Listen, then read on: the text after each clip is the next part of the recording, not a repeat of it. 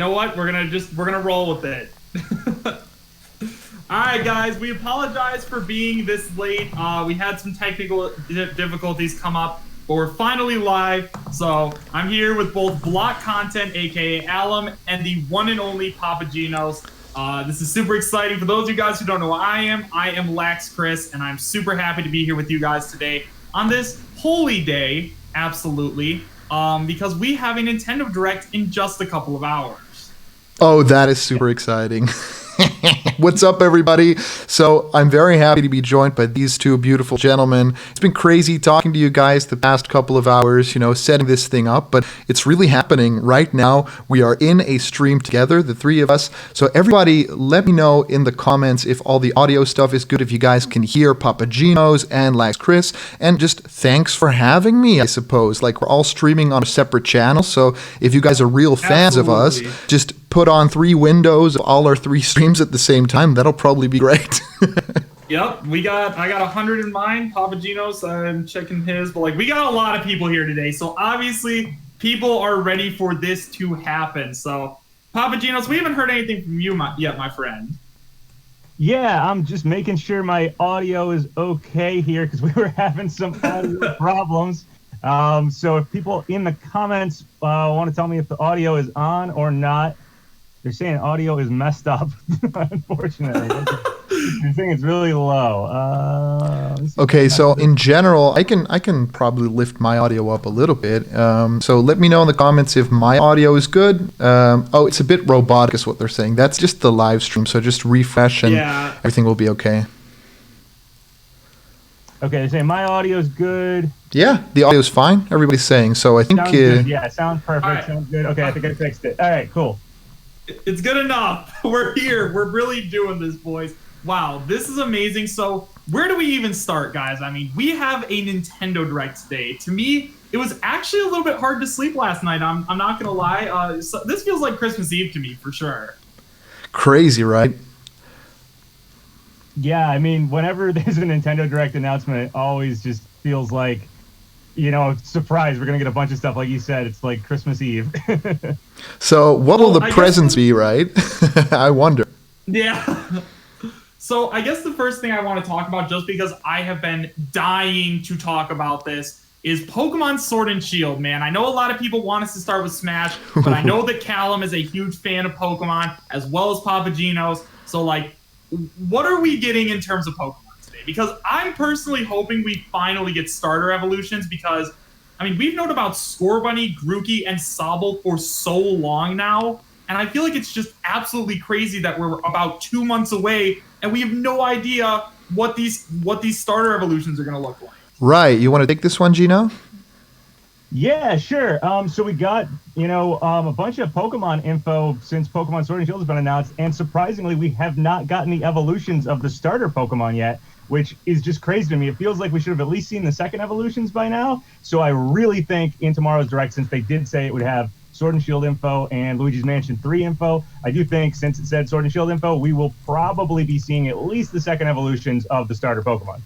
Absolutely. And another thing I think is weird is just having the Pokemon Sword and Shield stuff in this Direct, because what we've seen with Pokemon is they kind of like to do their own thing. We got something in February after the Nintendo Direct back then. We got something in June that was all Pokemon, and so seeing this Pokemon Sword and Shield is in this Direct, I mean, something big has to be coming, and I think that the starter evolutions are definitely something that people are just looking forward to, biting at the bits for, because I can't choose a starter without knowing what they're going to evolve into. Right, it's the big catch, right? Knowing what creature you're going to be with for the entire ride. So to me, it's a little bit of that. It's a little bit of the idea of what Pokemon are we going to get, because it's a whole new region, and as we know, there's no national deck, so the creatures that we are going to get are going to be the main selling point of the game, I feel like aside from the UK-inspired new region, which looks incredible, and I really want to explore that thing.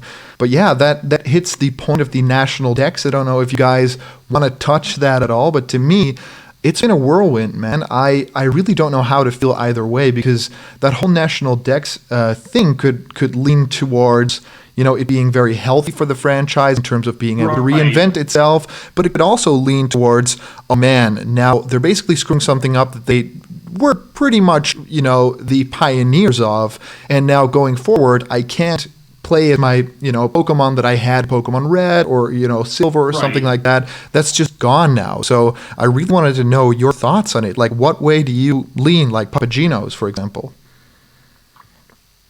So I have such mixed feelings about this, like, Dexit, people are calling it. Dexit. Which fits the, you know, UK theme there. Right. But yeah, I have mixed feelings because I love the Pokemon franchise and everything like that. I've wanted them to make that, like, big leap, and I was hoping that the Switch game would be that big leap, and to have something that we've had, you know, forever now, getting, you know, all the Pokemon from the last games be cut is like, oh, it's tough. But I really am excited for, like, there's a bit of an open world element here. I do like the new Pokemon designs. So I'm really torn about Sword and Shield. I was hoping maybe they'd do something like, you know, they'll bring back the National Dex as, like, DLC later down the line or something like that, but it sounds like that's not what's going to happen. I could see from a tournament perspective, metagame perspective, that, you know, they want to have a bit more control of that, though I've always found Game Freaks to be kind of hands off with that sort of thing. It feels like the community kind of takes that over. So I don't know if that's, I don't know if that's really what's going on here. So yeah, I have a bit mixed feelings. I kind of wish Game Freaks would maybe outsource a little bit, like give some of the tasks, some of the maybe programming to, like, a smaller company, and then they can work on, like, the designs and stuff like that. I feel like Game Freaks has for a long time had total control over Pokemon, which is a good thing just in some respects. Like, it kind of reminds me of like an indie movie versus a big budget movie. It's like an indie movie, you have more control over making that. You can make, you know, your vision and stuff like that. But at a certain time, like, if you're trying to make something really ambitious, you might have to go with the bigger studio. So I feel like Game Freaks has for a long time had control of Pokemon, total control of Pokemon, and that's great for, you know, getting their vision out there. But it's kind of like if I had, let's say I had, like, Star Wars or Lord of the Rings or something like that, and I wanted to make a movie of it, you know, if it was my own independent movie, yes, I would have total control over it. But it's such a big thing. At some point, I have to kind of, you know, ask more people to help me create this. I feel like Game Freaks maybe has to do that at this point. I think Pokemon's maybe gotten too big for them to have total control. But I understand they don't want, like, you know, too many cooks spoiling the pot or whatever the saying is. Absolutely. You know, they might want that control. Absolutely. That's my thoughts on it. Yeah, I understand. I guess my main thing with it is that this is kind of something that I've always been expecting but also fearing. Because, I mean, at this point, we have over 800 Pokemon. Now, with 800 Pokemon, I understand that gives, you know, you need more time for development and everything else like that. And as of right now, what do we have coming out in the fall? We have Luigi's Mansion 3, and I don't even remember what the other big blockbuster titles are, but, like, Pokemon is going to be this year's holiday selling title. In 2017, we had Super Mario Odyssey. In 2018, we obviously had Smash Ultimate. And now in, you know, 2019, Pokemon is going to be their big seller alongside the Switch Lite. Now, I think that Game Freak is really being put on a time crunch because of Nintendo and wanting to get this out there, because obviously Nintendo wants to have some kind of big holiday bundle or some kind of big holiday title, so that way they have something for kids to open up under their Christmas tree. And, like, Pokemon is, like, one of the most profitable franchises of all time, so it definitely makes sense. But since it is so profitable, I definitely agree with you, Papa, that they should be putting, like, a little bit more effort into trying to get all of these Pokemon back. And I mean, once again, it's very disappointing because I'm sure that there's going to be some Pokemon that I have in my old games that I want to transfer over, and I'm not going to be able to do that anymore. But yeah, Nintendo needs a big holiday title. They're promoting the Switch Lite by making the legendary Pokemon Sword and Shield Switch Lite. So I just feel like, although us hardcore fans, which I assume all three of us are, would really prefer just a delay so that way they can make it the best it would be, I mean, I can kind of see where Game Freak is coming from in this instance. Yeah, it's strange to me that people are, giving them a pass in a lot of aspects too. So I kind of agree with what PapaGenos and you're saying, because in some respects, it is really going backwards. I feel like the franchise in a lot of different people's hands would have evolved a lot quicker, a lot bigger, and a lot faster. And right now, we're basically stuck with the mindset of the Game Boy games, essentially. And now, of course, they are 3D, and they have some open world elements in the new game. But aside from that, every new game has sort of a gimmick. Either it's the island setting or now the Galarian Pokemon and the Dynamaxing stuff. But I don't think that a gimmick is enough to sell a game of this magnitude. I mean, Pokemon is the biggest franchise in gaming history, in terms of how much money it accumulates. And now with a big feature film, and of course, PapaGenos just mentioned, the idea of, feature films and the rights for different things and having different artists contribute to an IP. And that I feel completely justified the Pokemon movie, the Detective Pikachu film, because that was incredible. It took some liberty with some character designs and voices, and it was this whole incredible world, and it didn't, lend too much from the game Detective Pikachu. And I feel like we are getting sort of a boxed version of this thing that we know as Pokemon. And I think they're pretty scared to give some creative control away, because it's this thing where, and I feel like games like Legend of Zelda, Breath of the Wild, and Mario Odyssey have done this really well in the past couple of years, is giving the fans exactly what they want. And I think some companies are really scared that if you give the fans all they want, that'll be the definitive game, and they don't really want to play anything else. But I don't think that that's the case at all. I mean, look at Smash Bros. Ultimate, it's the ultimate thing where it's like everyone is here, and I could see as game director Sakurai being, oh wow, I just did the everyone is here thing, where am I gonna go next? But he doesn't really let that cloud his vision or cloud his creative efforts in the game. And that I feel is the mark of a true artist. It's like saying, I'm gonna do the best thing that I can do at this moment in my life, because it could be the last thing, but also people deserve the best thing. And that attitude, and I don't know if it comes from higher up within Nintendo or if it's just a Game Freak kind of thing. And I do think that in terms of legal rights, they struck a deal very early on. And I think that Game Freak is very happy that they struck that deal, because they get to make these games and they don't get to test out with different people and stuff like that. That just happens on the mobile side of things. So I agree with you guys. I would really love to see, of course, we all know these concept images that fans make of these open world Pokemon games. So you'll see like a trainer on a Lapras, a big open ocean, and there's a big Gyarados background. And, it's incredible to think about the transformation of Pokemon in terms of Breath of the Wild or Mario Odyssey, where they're just saying the conventions of Pokemon, we're going to change it. We're going to do away with the grid-based stuff. We're going to do away maybe even with turn-based battles and stuff just things that will make people talk about this thing. Because I know that the information that we're going to get in this direct is just going to be, here's flashy video of 2 minutes, and here's 3 new Pokemon, and here's 2 new evolutions, here's some customization options for the trainer, and here's like one legendary cutscene doing a beam, toward the screen, and that's basically it. Aside, of course, that the entire game has basically been leaked in terms of story,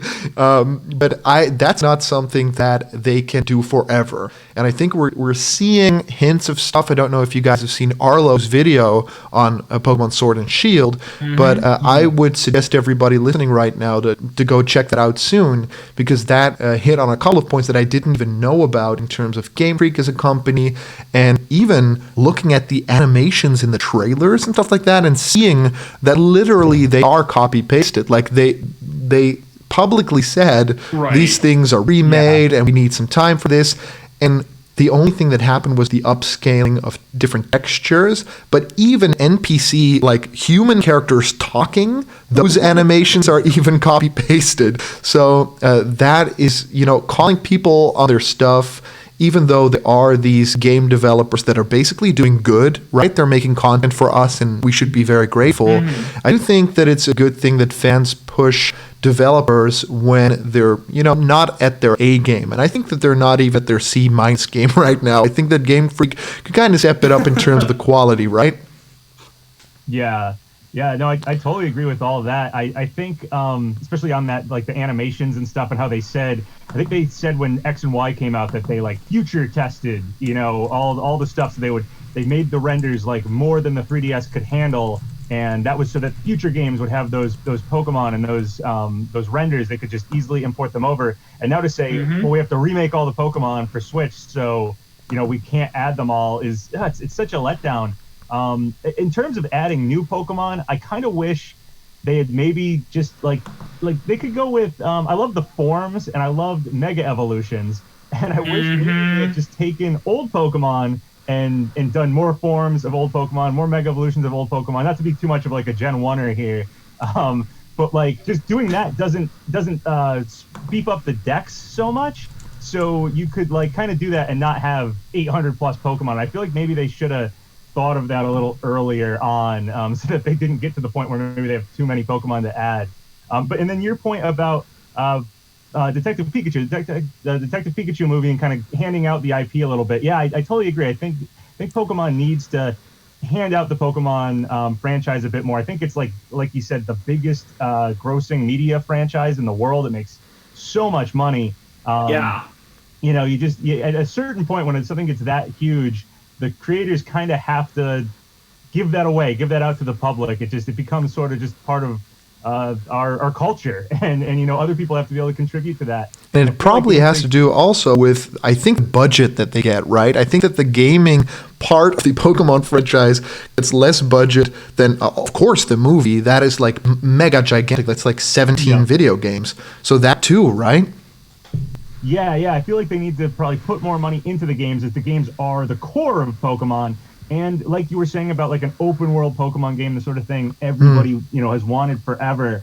I feel like that needs to happen eventually, and they probably need to cast off the idea that the Game Boy game from 1996 or whatever it was, that formula was great. But why don't you think of the concept for Pokemon, the idea of being a trainer, going out in the world and catching Pokemon, and act like, it doesn't have 20 plus years behind it of building up these games. And just, if you just had that idea and you wanted to make a game with today's technology, I do not think the Pokemon games would play the way the Pokemon games do. We'd get something closer to like Breath of the Wild. Right. If you just had that concept, like for like what the anime looks like and stuff like that, what the world is like, you would probably design the game differently. So I really feel like they need to cast off the stuff that we've just been bogged down with over years and years, which was great at the time, and just totally revamp, start from scratch with just the idea and see what game that would create. Right, and they do that with the mobile games. 100%. Yeah, absolutely. I think they do that with the mobile games to a good extent, right? I think that Pokemon Go for mobile, that was that transformation for me, right? If they could have done something like that for consoles, and they tried doing Let's Go Pikachu and Let's Go Eevee, and in some respects that was really cool because we had Pokemon that we could ride or that we could take with us. So that evolved things, no pun intended, that evolved things in a pretty big way. And in other ways, it pretty much was a big letdown to a lot of people because of the first Pokemon game on consoles was basically still this grid-based remake. And now with Sword and Shield, I agree what you're saying. The evolution of the franchise has been stagnating so much. And if you think about franchises within Nintendo's history, even Zelda is, massively transforming throughout the ages. Just looking at Ocarina of Time and then Wind Waker and then stuff like Skyward Sword, even though people don't generally love that one, that did a whole lot of good too. And then of course Metroid, think of going 3D with that stuff, going first person shooter. And if you could just think about Pokemon in terms of, okay, clean slate. Let's not think about what generation. Let's not think about making new Pokemon. Let's think about story and gameplay first. Those two big elements. Right. And then, just as you said, PapaGenos, I think that it will be a completely different math formula, right? I think that it will be, So it doesn't really work to have it in third person or, or top down or whatever. Like, that'll come with some big revelations. Right, yeah, just the gameplay of Pokemon, if you just think of the concept of Pokemon, I don't think the gameplay that we have is what you would do if that concept was thought up today. It made sense for the Game Boy, but at this point, I feel like we're just holding on to a lot of things from the Game Boy just because we've just been adding a little bit here, a little bit there, a little bit here as we've gone forward. And I think they need to just kind of toss it all out and start from scratch with just the concept and see what we get. And I think it would be a much better game. Sure. I mean, you could even look at the anime and see how different that is. Right. I mean, you take a look at like Ash Battle. I mean, do you guys remember one of my favorite episodes of the Pokemon Indigo League anime was when Lieutenant Surge and Ash faced off, and Ash did all of these crazy moves with his Pikachu and ended up winning, like standing on his tail and stuff. And I know that might be a little difficult to like get in, but like I think it'd be cool if we could do some kind of like dodging mechanic and everything else like that. But I definitely agree with the with that they want to stick to what they know, because that's what's honestly made them so much money over these years.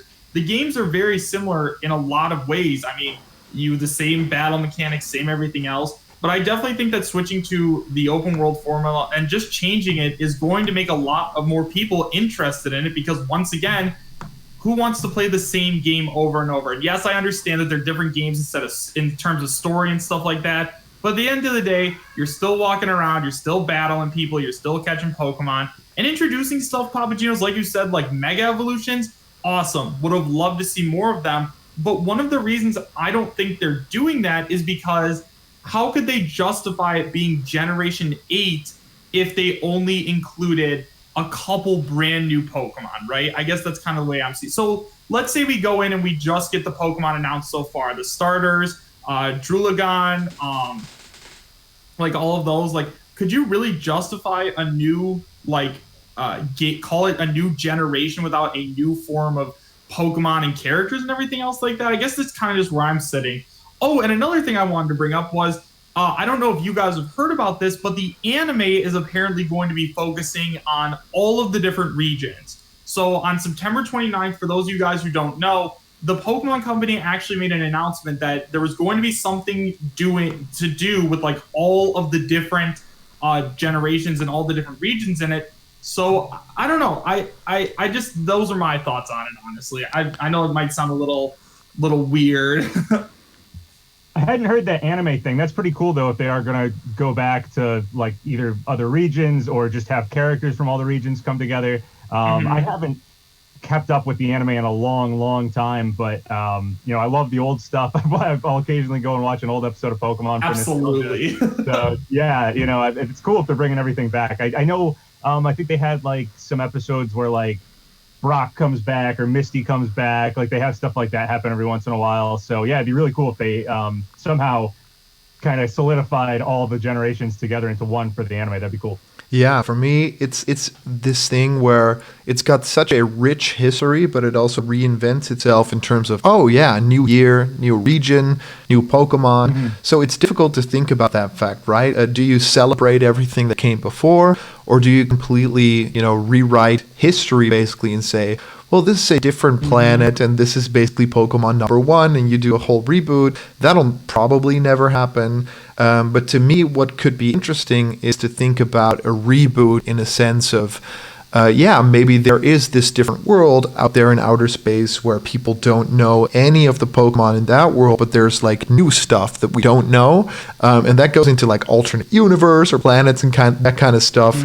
But that could justify not bringing back all Pokemon and everything having a different mechanic. Maybe you don't have 4 moves per Pokemon. Maybe that gets changed up. Maybe it's not turn-based. Maybe it's more action-driven, still turn-based in some aspects, like a Final Fantasy 15 or a Kingdom Hearts.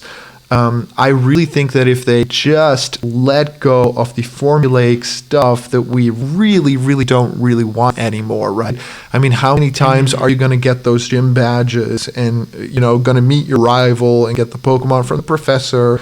I mean, if you look at other games and other franchises, they do away with that pretty quickly. And yeah, if you look at Mario, of course, Peach gets kidnapped, right? But they did something really interesting in Mario Odyssey. And I think in terms of story, that changed stuff up significantly, right? That opened up the world a little bit more, and even at the ending of that game, it pretty much changed the status quo of the damsel in distress too. So where the franchise is going to go, that's interesting to me.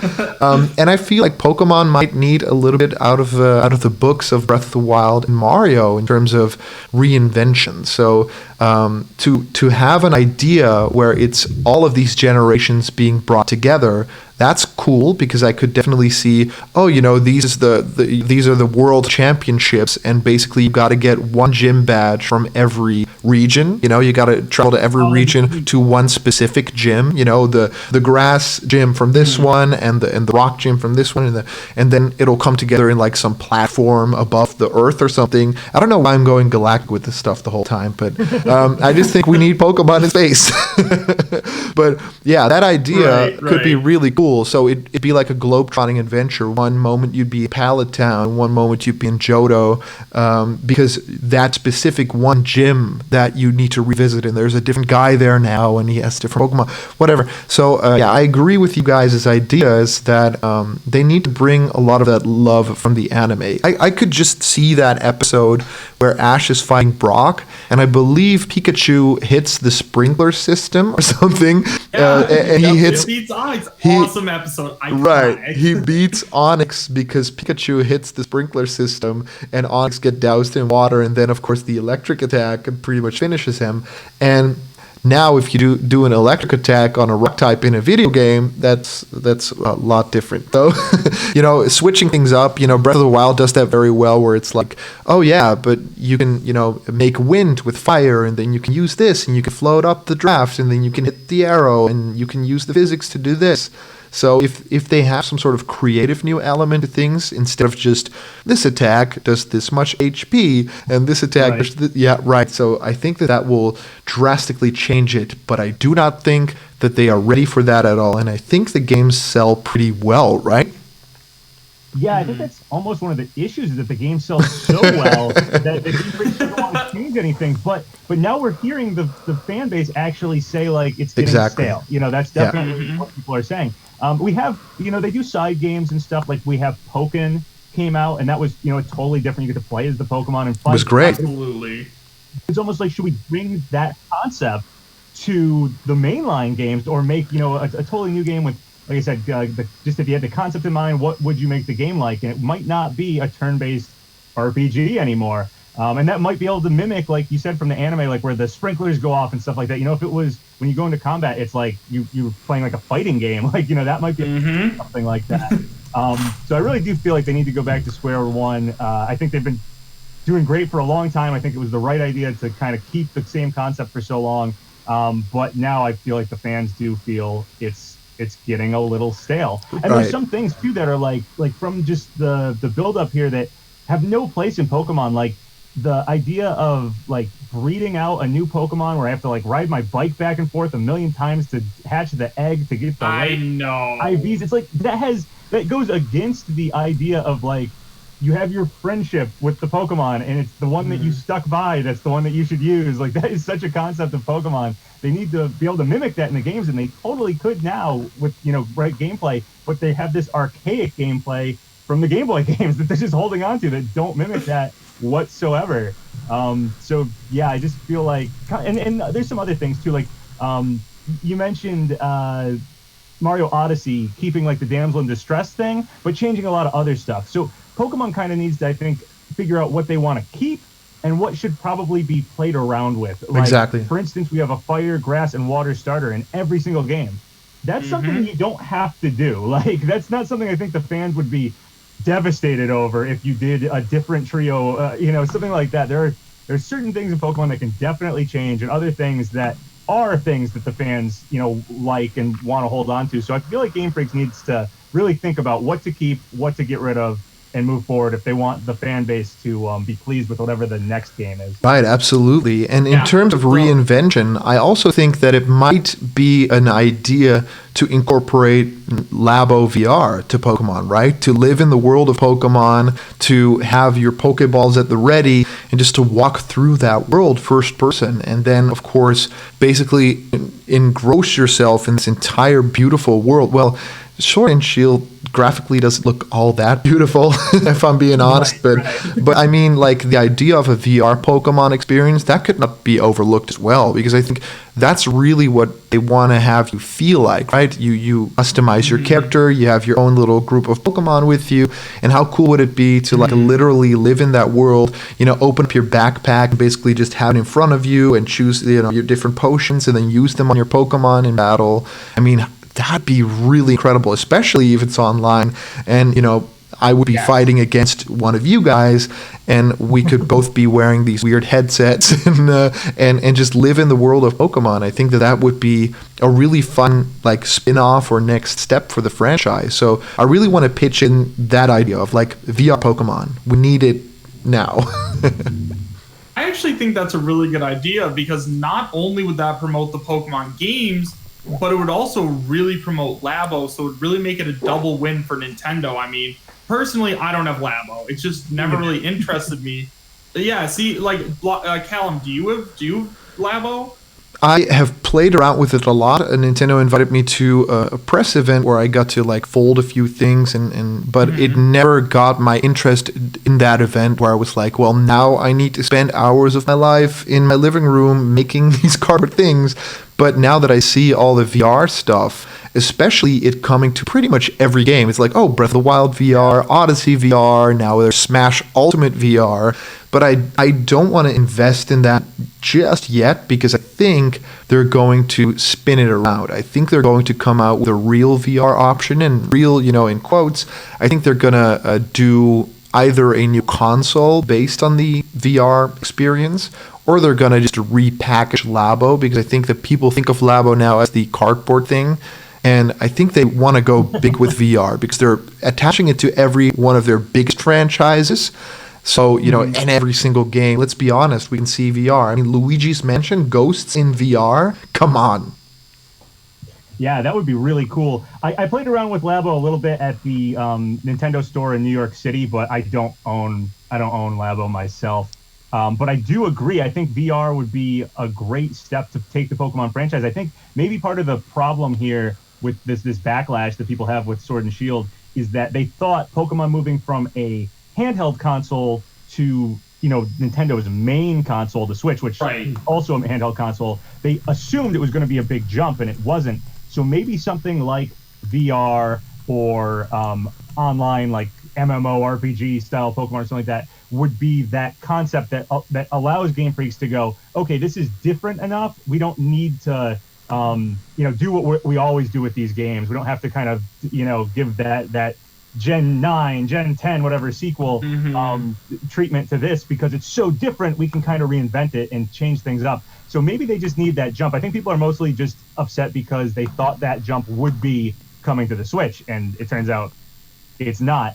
In terms of VR itself moving like Nintendo's franchises forward, this is the way I look at it. I remember back in the early mid 90s when some game systems were coming out that were like talking all about their graphics, or they were going to be 3D graphics or something like that. There was like the Jaguar and the Sega Saturn and stuff like that. And these were like, oh man, are we moving to 3D yet? Are we moving to 3D yet? And I remember waiting it out, and the first 3D, you know, 3D in terms of like polygonal graphics system I got was the N64, and I had waited it out until it got there.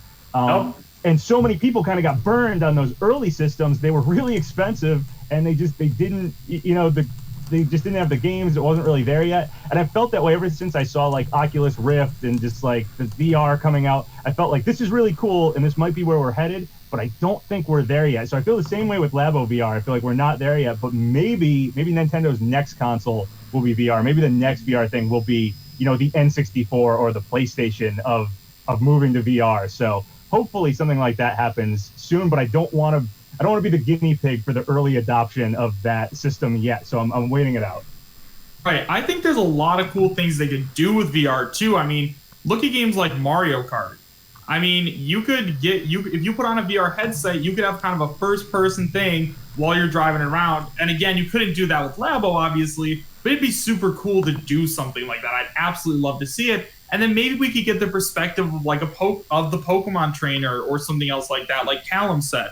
I think there's a lot of really cool stuff they could do with VR, but at the same time, I mean, like, it's Nintendo. Right now we have Labo, and they're kind of giving us, it seems like, tastes of VR. Like, in Odyssey, I'm pretty sure it's only a small section, right, where you can have, like, actual VR games, and in Breath of the Wild, you just kind of get to, like, play in VR, and that's really cool. Like, it's just not something that really interests me, because it's just something that hasn't pushed me. Like, I'm not going to buy a Labo VR headset to play extra mini game in Mario Odyssey, or to play, you know what I mean? Like, I'm not going to do that because that just doesn't appeal to me. It's not worth it. Like, it's cool, but I feel like if I have a friend who is Labo, why not just borrow his and play it like that? I don't need to own my own quite yet, because Nintendo's not there with their virtual reality.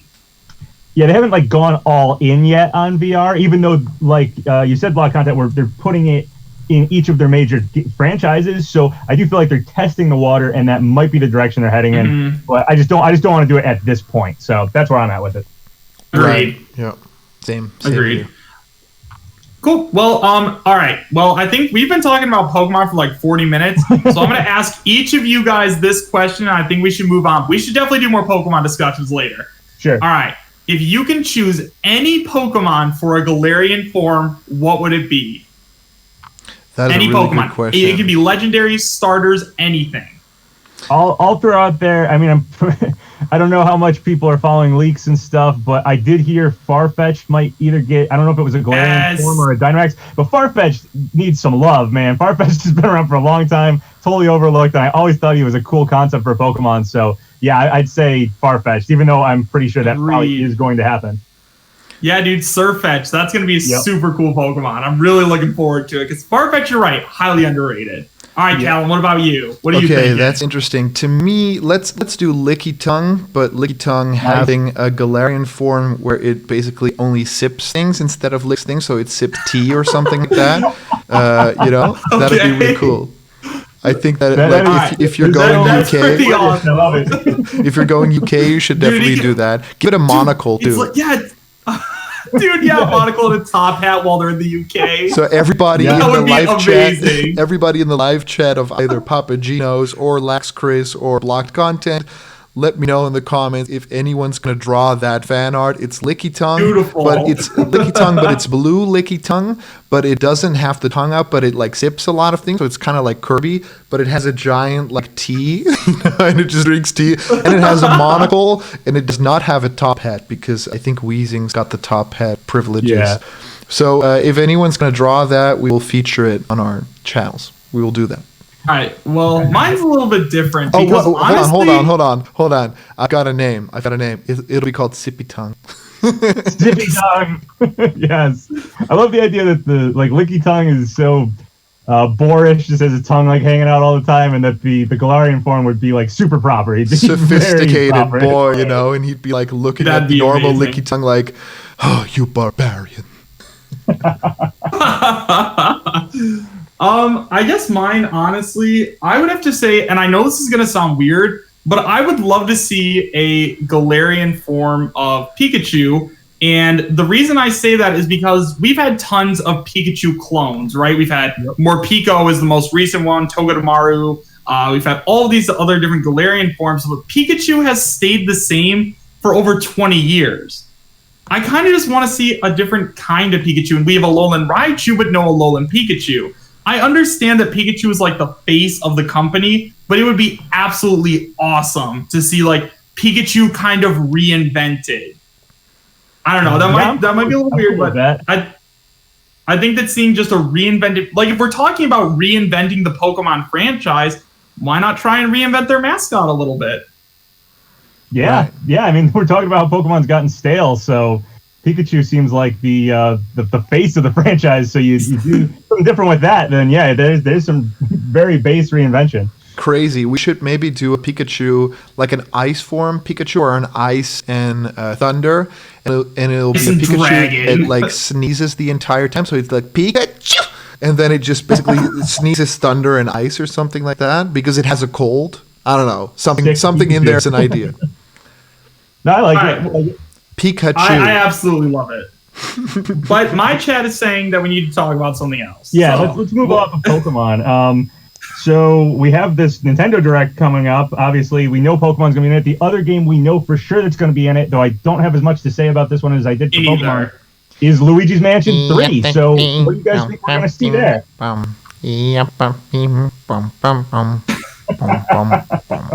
no. Luigi's Mansion 3, I don't...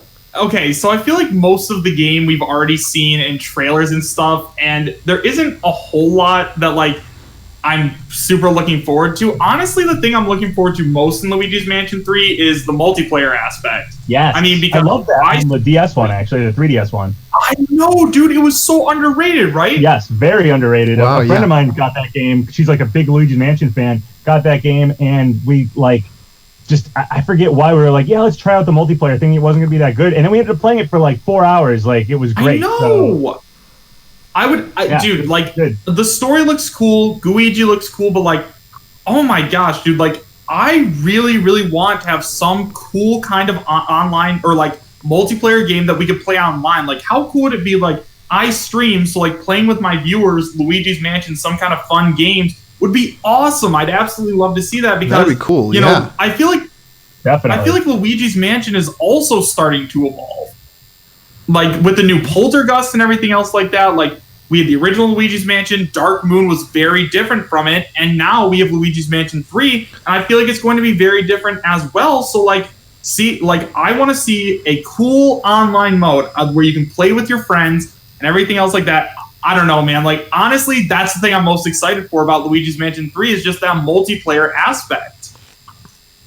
Yeah, no, I agree. Like I said, I love that on the 3DS one. Definitely underrated. If there's something I want to see from Luigi's Mansion 3, I like the hotel concept. I like everything they're going with so far. So, you know, but for me, it's kind of just more gameplay is kind of what I want to see. But the one thing I can think of specifically that would be really cool to see would be Waluigi, because Waluigi never in like, I mean, I don't know if the Luigi Mansion games are mainline Mario games, but Waluigi is always just like in the sports games and the spin-offs and stuff. The parties, right. So I would love to see Waluigi. I mean, if this is a Luigi-focused game, maybe this is finally the chance to bring Waluigi into a more mainstream Mario game. And after the fan outcry for Waluigi in Smash, I'm hopeful maybe Nintendo has taken note that fans do like Waluigi and they'll put him in more stuff.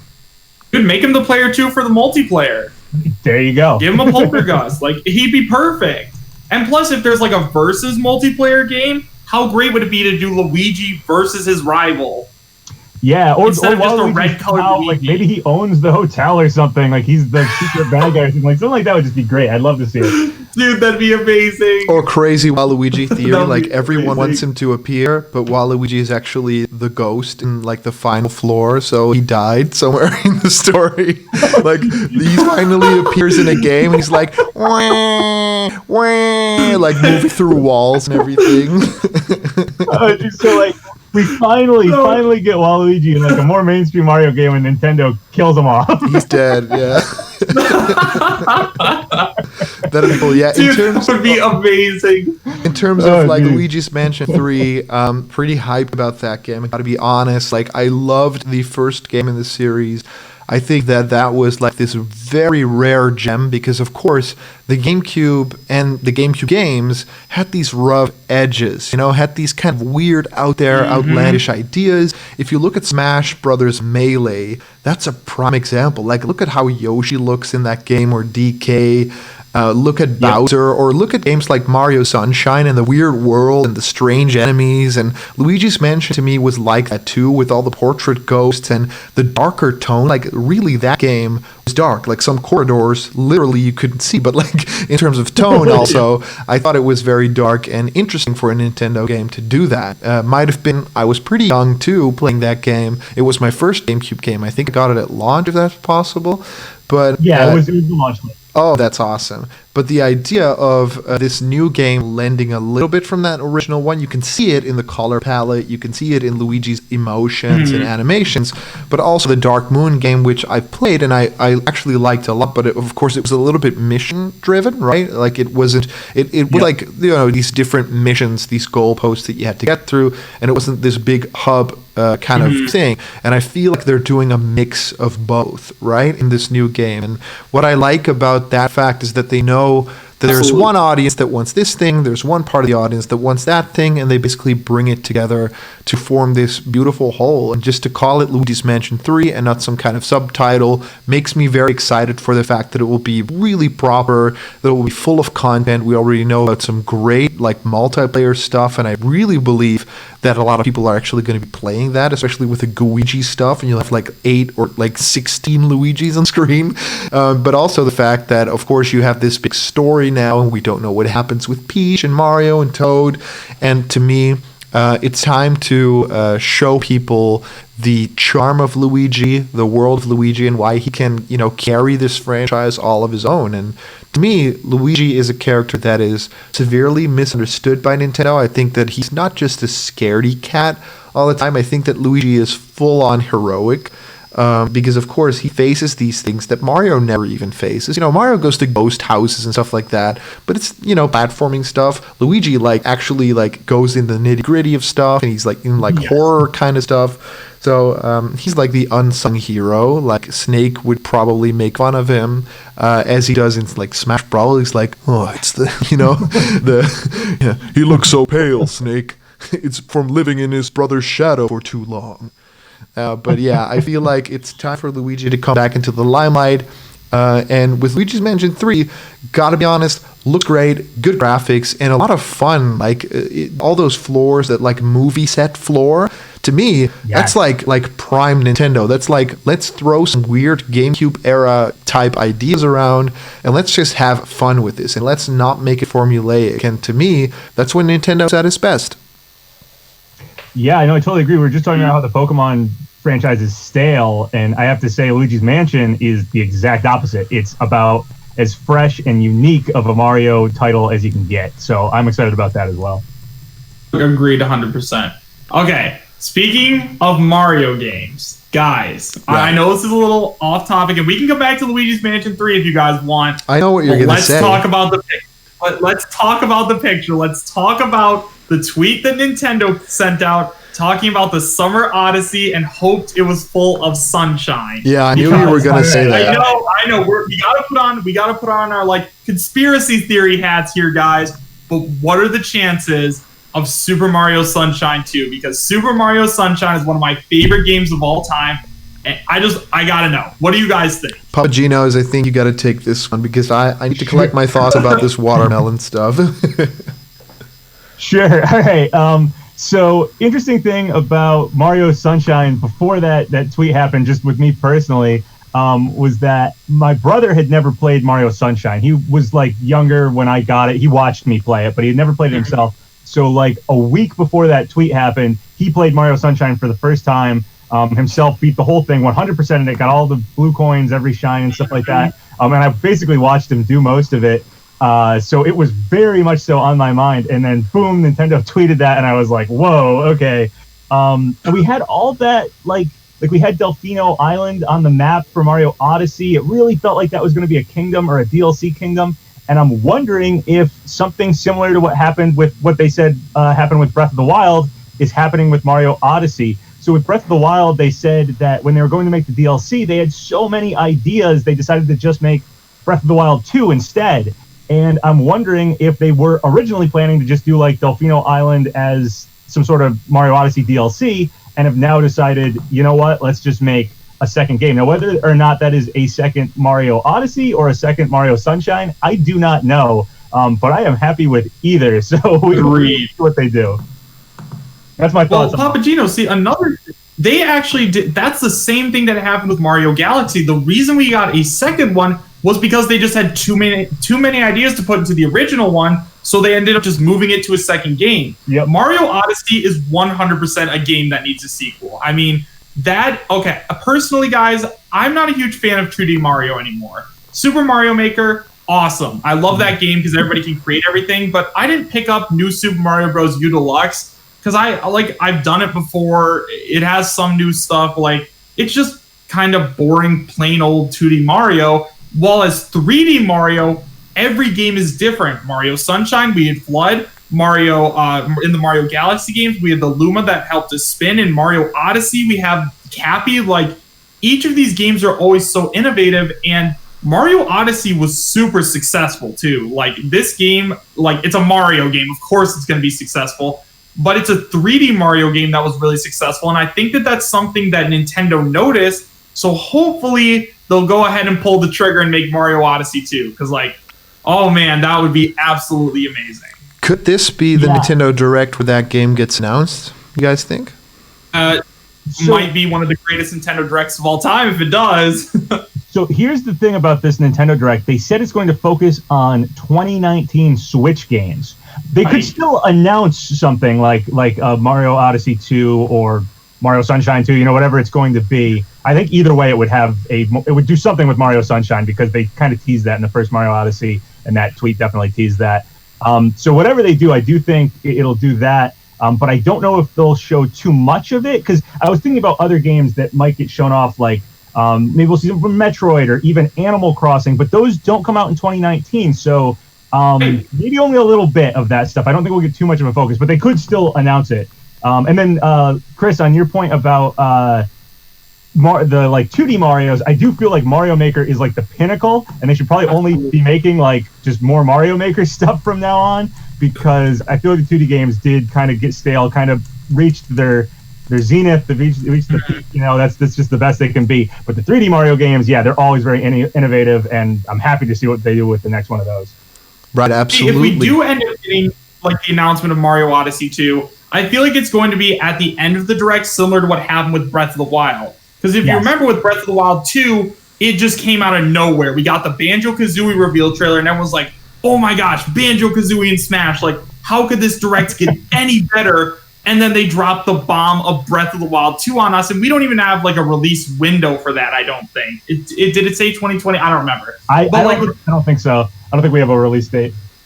Exactly. So maybe they'll do the same thing with Mario Odyssey 2, where just at the end they have, they show off the Smash character, and then it's like, this is coming, but you're not getting a ton of information about it. Because, yes, you're right. I totally forgot about that. It's supposed to show off 2019 Switch games, but that doesn't mean that at the end they can't drop a huge bomb, which we know that Nintendo is famous for. Yeah, I agree. I think they could definitely announce it. I don't know if they go very in-depth with it, but the first announcement usually doesn't go in-depth anyway. So, Smash reveal, then Mario Odyssey announcement would be very similar to E3's Banjo reveal, and then Breath of the Wild 2, which was a 1-2 punch. So if they do that again, geez, Nintendo, you guys are doing too good. They got me. Yeah, I think that Mario Odyssey would be that property where it's like, that's pure gold. If they're going to do a sequel, it's going to be great either way. If you think about the fact that it could be a sequel or a new game, it could be like Sunshine inspired, as they kind of hinted at. That'd be cool too. But if it would just be Mario Odyssey 2, and of course they did Galaxy 2, so they could definitely do that. Like they've done it before. I gotta be honest, Super Mario Odyssey, I think, is like my favorite game of all time at this moment in my life. Like, it's really good. Yeah, that game is like so incredibly charming, detailed, and full of love. And I think that you can play it basically forever. Those worlds are just expansive and fun and creative, and you can like master it in a really fun way. Characters. Right, exactly. So in terms of having more of that game, I feel like that is something that everyone would kind of subscribe to. But also the idea of having a reinvention of that, right? What if the new game doesn't have Cappy? What if the new game has some sort of new mechanic? Or what if we do have Cappy, but we have new playable character aside from Mario 2? And what if we even have new kingdoms, or kingdoms that we didn't fully explore in the full game, like the Cloud Kingdom, the Ruined Kingdom? I mean, there's so much that they can write. Oh my gosh, the Ruined Kingdom would be awesome. My dudes, there's so much that they can do with a second Mario Odyssey game. But I could definitely see Nintendo not doing Odyssey 2, just because that game was so special and it was such a hit. And Nintendo really wants to keep that Mario franchise as the most beautiful, inventive thing. So they'll do something new. But also, they've removed certain things in terms of Delfino Plaza in Mario Odyssey. If you look at the world map, I think it's the in-game model of the world map that is on the Odyssey. It actually has like the textures on it for like different bumps and grooves of the places, all the different places. And there is a Delfino Plaza on there, but it's textured with water. So it's still bumped out, like outward, but it's textured with water. So they modeled it, but then when they probably cut Delfino Plaza, they changed the texture to water so people wouldn't notice. But now, of course, people have like data mined that stuff and found it. So how crazy is it that that was pretty obviously, because it's like in the early trailers as well, you know, there's like this big red background with all these kingdoms and you can clearly see Delfino Plaza there. So the idea here is, what would they do? Would it be basically Odyssey plus Sunshine kind of sequel? Would it just be tropical stuff like Sunshine? Or would it be DLC, which I don't think will happen at all? I think that that's a, you know, I think that it's past time for DLC, right? We're coming up on 2 years of that game. Yeah, that's not going to happen. Or is it going to be, you know, a reinvention? Or is it just going to be Odyssey 2 and one of the kingdoms is the Sunshine Kingdom, you know, with a couple of stuff from the Sunshine game, you know, the Pina Park level and Gelato Beach, that kind of stuff. I don't know, but it is one of the more interesting things, right? So it feels weird to announce it right now. And I think, PapaGenos, I think in one of your videos you mentioned it, and correct me if I'm wrong, but it would feel weird for a Sunshine type game to be announced at the end of summer when everybody's, you know, going back to school and the sun's not out anymore. So to me, I don't know if the timing is right. I agree, but I agree with it. I don't know who you heard it from, but I agree with that sentiment. Right. I do think, you know, if we're doing some sort of sequel here to potentially Mario Sunshine and Odyssey, it'd be really cool gameplay-wise if it was like, you could use Cappy or you could use Flood and you got to like change back and forth between them for different levels or different things. Like that would be a neat way to kind of fuse those two games if that's what they're going for. Absolutely. Yeah, with Mario Odyssey, and then another it's thing a template, man. It's just a template. Yeah, I mean, the gameplay for that, like I have a friend who dabbles in like speed running it, and it's just it's so neat to watch. Like there's just so much you can do with the gameplay in Odyssey. So, so there's people same with Sunshine too. So to see both those styles of controlling Mario fused into one game would be so cool. There's people in the comments that are basically saying, Xanju here is saying, excuse me, it will be summer in the southern hemisphere. So yeah, that is correct. So really summer doesn't really mean like, oh, it's past time. I guess so. Yeah, I guess you're right. So in other words, we could totally be getting Sunshine. True that. And I mean, if you look at the world map, Delfino is in the southern hemisphere. In the southern hemisphere. Well, so. Yeah. Good point. Pretty smart. All right, another thing that I wanted to touch on briefly is one of the things that Nintendo has been changing, especially with 3D Mario, is like in 2D Mario, you really don't have those interesting characters, which I think is a big part of the Mario universe now. Like in the 2D Marios, you know, you got the Toads, you steal Princess Peach. But in like Mario Odyssey, for example, like one of the best parts about that game is going to different worlds and talking to the different inhabitants and learning about them and like being able to figure out who these characters are, which is, if you guys couldn't tell, I'm leading into another subject, which I'm very hopeful for. But I think that adding in islands like Isle Delfino would be absolutely amazing. Like being able to interact with Piantas again and do cool stuff like that would be absolutely awesome. And maybe they could do it for other Mario Odyssey game or other Mario 3D games as well. Like maybe they could do something for Mario Galaxy where you run into Rosalina or some of the Lumas, or they could do something again with Mario 64 where this time you could go into paintings. Like maybe you could go to Bomb on Battlefield instead of just like that little Easter egg at the end where you end up in the Mario 64 world. But yep. I definitely think that it'd be really, really cool if we were able to kind of explore and celebrate all of Mario's history in one of Mario's biggest games. Oh, dude. So think of this, right? Super Mario Generations. What about that, right? Ooh. The idea of Mario returning. Yeah, that'd be really cool. So the idea of Mario returning to World 1-1, but it'd be 3D, and then like Super Mario World, like a level from that, like Dinosaur Island, and then some stuff from Mario 3, and one level from Galaxy, and one level from 64, but all in like the Odyssey style, right? And maybe like some 2D level sections that they have in Odyssey, so that you have that classic versus a new Mario. So it's like Sprite Mario's on the box art, but also the like normal Mario. So Mario Generations, that'd be like world mind-bendingly awesome. It also might be cool if you're able to use some of the power-ups from those games. Like in the Sunshine world, you could use Flood. Yes. In the Galaxy world, you could use the Spin. In the Mario 64 world, what could you use? The Flying Cap. Like, there's so many different ways that they could do this. You could do it that. Would be amazing, dude. That weird long drop. Okay. Like, Wow. Yahoo! To do like a big love letter to all of those Mario games building up. I think that's something people have wanted for a long time, like getting Pauline in Mario Odyssey or just Mario Maker having like all the different themes from different games. I think Nintendo is finally realizing how much people really love, all the stuff they've built up over the years. So yeah, to get a Mario game where each kingdom is like you said, like Mario 1 is a kingdom, and Mario World, Dinosaur Island, like Yoshi's Island is a kingdom, and one of the kingdoms you go to is like Rosalina's ship, or it's just out in space or something. It's a galaxy one. The Lumas are up there, and you can go to Delfino, and that would just be amazing. Especially like you said, if the gameplay actually changed between them. Wow, yeah, that's the Mario game I want. So thanks for getting my hopes up, guys. Well, let's be honest, guys. This is probably not going to be announced in this Direct as much as we want it to be. But who knows? Maybe somebody from Nintendo is listening. It's a long shot, but we want it if you're listening. But speaking of which, there's another thing that I think has the potential of being announced, and that is, since I know now that you both follow Arlo at least a little bit, I'm sure you guys have heard of the hashtag remaster Thousand Year Door. Right. Now, Thousand Year Door is one of my favorite games of all time. Like, it might be right behind Wind Waker as like my second favorite game.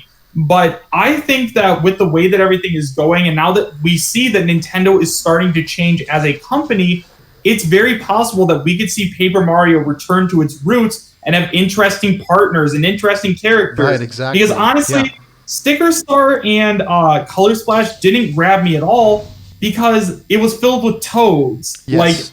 Like I liked learning about, we got a baby Yoshi in the Thousand Year Door. Like there's just so much cool stuff that they could do with Paper Mario. And I think that now that we have been very, very vocal about wanting to get this back, it's possible that we might be seeing at the very, very least, a remaster of such an iconic game. Exactly. Yeah, and the remaster Thousand Year Door, man. I'm curious what PapaGenos thinks of this. Oh, yeah. I mean, I would love to see something done with the Paper Mario franchise. I agree with you, Chris. I think the last couple entries in the series have been weaker. I think fans have been pretty vocal about that. So yeah, seeing a remaster, that'd be cool. I'm totally down for that.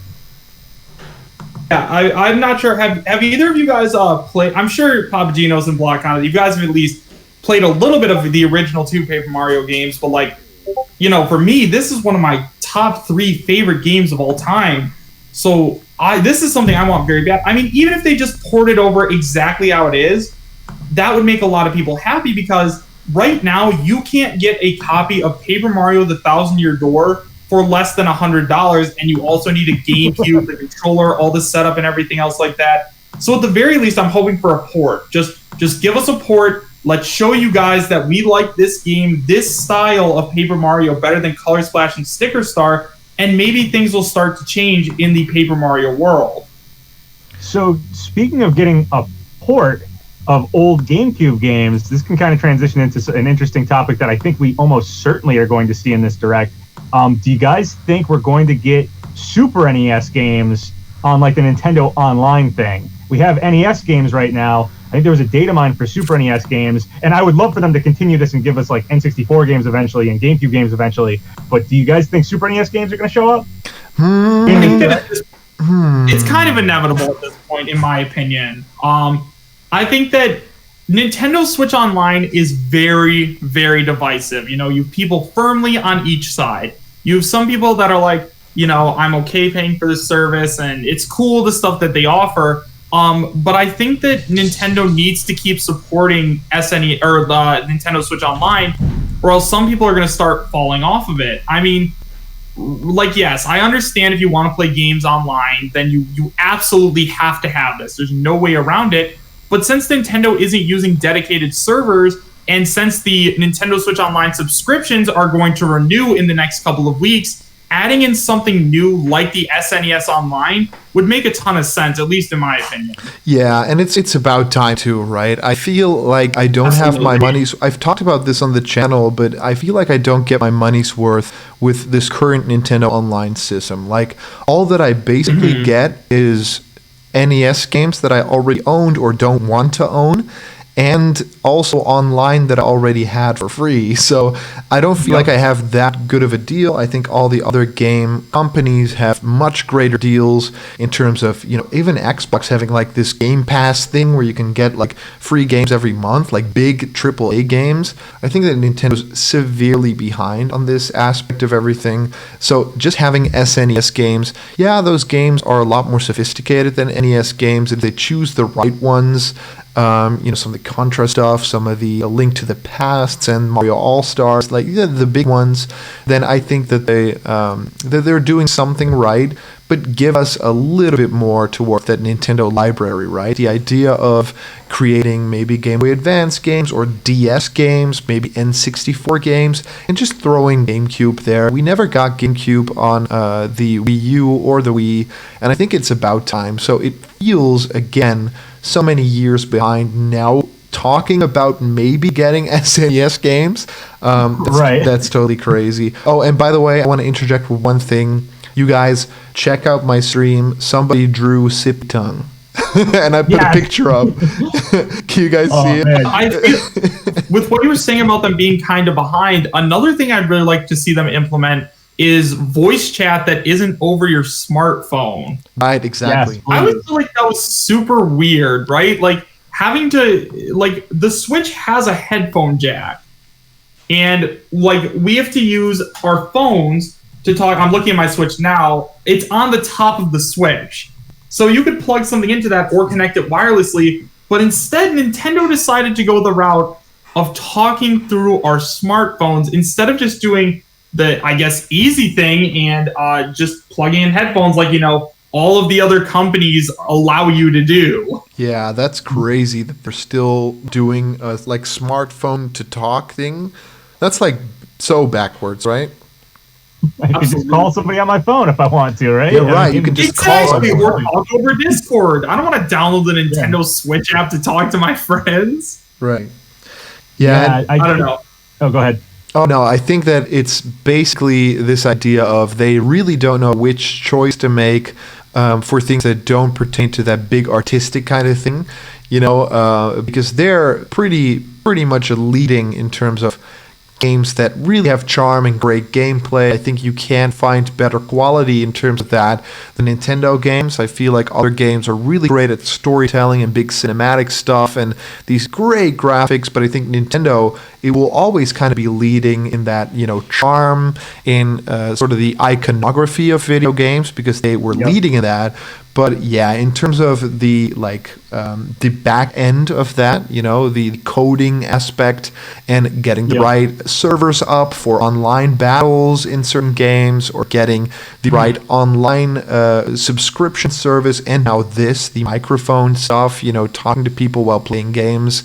Even Mario Maker 2, like, I could have had so much fun with that game, playing with fans together, you know, creating rooms and playing Mario Maker with my friends online, but that's still not possible. And I can't even fathom how they are not, like, hire some people that know how to do these things, because they are out there, they're looking for that job, and they'll make your company so much better and more timely. Yeah, Oh, go ahead, PapaGenos. Yeah, I totally agree. I feel like Nintendo, like you said, they're such a charming company. Their games are great, but they're so behind in terms of like the mechanical, I don't know what to call it, the you know, the online, the chatting, all this stuff we're talking about. They're just behind in terms of all that stuff. So, like you said, the fact that we're only talking about, like, I hope we get Super NES games, whereas the other online subscriptions give you like free games every month and all, you know, all this stuff. It's like, and Chris, you mentioned how Thousand Year Door is like $100 GameCube game. It's like, and Nintendo's not making any money off of that. It's sitting in retro game stores or on eBay. I know. Yeah, so like Nintendo, if you have all these games, and we're paying for online, you want people to pay for the online, like, give us the N64 library, give us the GameCube library, give us the Super NES library, give us all that on the subscription, and hopefully get the online servers better and get chatting better. I'm hopeful that there's been a lot of collaboration between Nintendo and Microsoft lately, and I'm hopeful maybe that is leading towards Nintendo asking for help from Microsoft with that sort of thing. We have Banjo-Kazooie coming back, so that shows, Nintendo and Microsoft are talking. So I'm hopeful that maybe Nintendo has admitted to themselves that they're just not they're not in 2019 with the rest of us in terms of online gameplay and stuff. Yeah, maybe they're reaching out for some help. And I don't know if you guys are ready to talk about this, but I'm itching to. Speaking of Microsoft, we got Banjo coming as our next deal. Probably get a Smash character announcement tomorrow. Do you guys want to start talking about Smash here? I think that's a really good idea. You know what? I think we should do it. All right. So here's the thing. With Banjo-Kazooie, there are people, once again, firmly on each side. We have people saying, we're going to get the announcement of Banjo-Kazooie today, and we have other people saying that it's probably not going to happen for a little while. We're going to get a trailer like we did with Joker and the Hero. Now, personally, I think that we are going to end up seeing another Sakurai-style mini-direct like we did with the Hero at a little bit later date, because we saw that with the Hero and with Joker. Yeah. Now, those videos were what? Like, Joker's was 15 and the Hero's was 22? This is a 40-minute direct, right? So how is Sakurai going to have time to talk about Banjo-Kazooie's moveset and everything about the spirits he's bringing along and everything else like that in just like, they have to make time for everything else. Now, that could be the reason why this direct is longer than the E3 direct, but I kind of feel like Nintendo has a lot to talk about in this direct today, so I don't know where I stand on it. It'd be super cool if they were like, hey, Banjo-Kazooie's going to be released tomorrow, but at the same time, I'm kind of leaning towards them talking about it a little bit later, because personally, I am kind of a believer in the amiibo theory, because we've seen it with Hero and Joker. So I have a feeling we're probably going to see him around the 24th or 25th. But don't get me wrong. If we get the announcement tonight that he's releasing tomorrow, that's totally fine. Go ahead, right? Go ahead.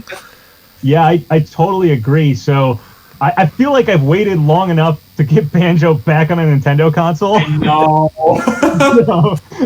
I want Banjo as soon as possible. But absolutely. But I agree with everything you said. This is a 40-minute long direct, so if Sakurai's going to go over all the stuff that Banjo's coming with, that would be like half the direct. This is a long direct, but is it going to take up that much to talk about Banjo? And I'm also, I was also subscribing to Amiibo Theory, which is every time a wave of Amiibos come out, 4 days later, we get a character released. And I think the next wave of Amiibos is the 20th, so Banjo, he falls on the 24th, 25th. Yeah, marrying to your time zone. So it's somewhere around there. And also they said Banjo would release in the fall, and the fall doesn't start until September 23rd. But Piranha Plant, I think they said would come out some month. I forget what month they said, and it actually came out slightly before that. So it is possible Banjo could come out before that. The other thing going for Banjo coming out soon is this 7-Eleven ad that popped up in Japan. There was one for Hero that popped up, and I think it was 4 days before the ad was said to go away from 7-Eleven, Hero was released. So last time, Hero timed up with both Amiibo and 7-Eleven Theory. Now we have, I think the 7-Eleven ad gets taken down on the 15th. So I don't know if it's going to be Banjo on the 24th or Banjo earlier, the 12th or something. But I'd rather have him earlier, obviously. I think it's more likely. I think it's more likely on the 24th. The other thing that's interesting with the 24th is when Rare got bought by Microsoft, it was September 24th. That was the date that happened. So, to have I did not know that. Yeah, to have Banjo return exactly, I don't know how many years, 17 years or something like that, later would be pretty on point. However, give me Banjo earlier, I'm not complaining. So I don't know when Banjo's going to release. I do think we'll probably hear something about him tomorrow, even if it's just Sakurai saying next week or further this month, I'll do a video like Hero's video. Right. So I think we'll hear something.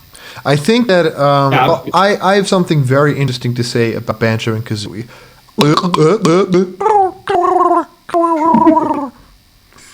But in all honesty, I really feel like this is going to happen this direct. I feel like this is probably one of the big reasons that we're going to get a direct. I think we're going to get Banjo. I think we're going to get a big moveset reveal, and I think we're going to get Banjo the next day, or even the day of the direct. I think that for me, like personally, like I don't want to dash any dreams. I'm so sorry if I'm like destroying dreams if it doesn't happen. But I think that if I just have to theorize about the stuff, and we are the speculation squad, right? I feel like it totally is the right time, and I think that.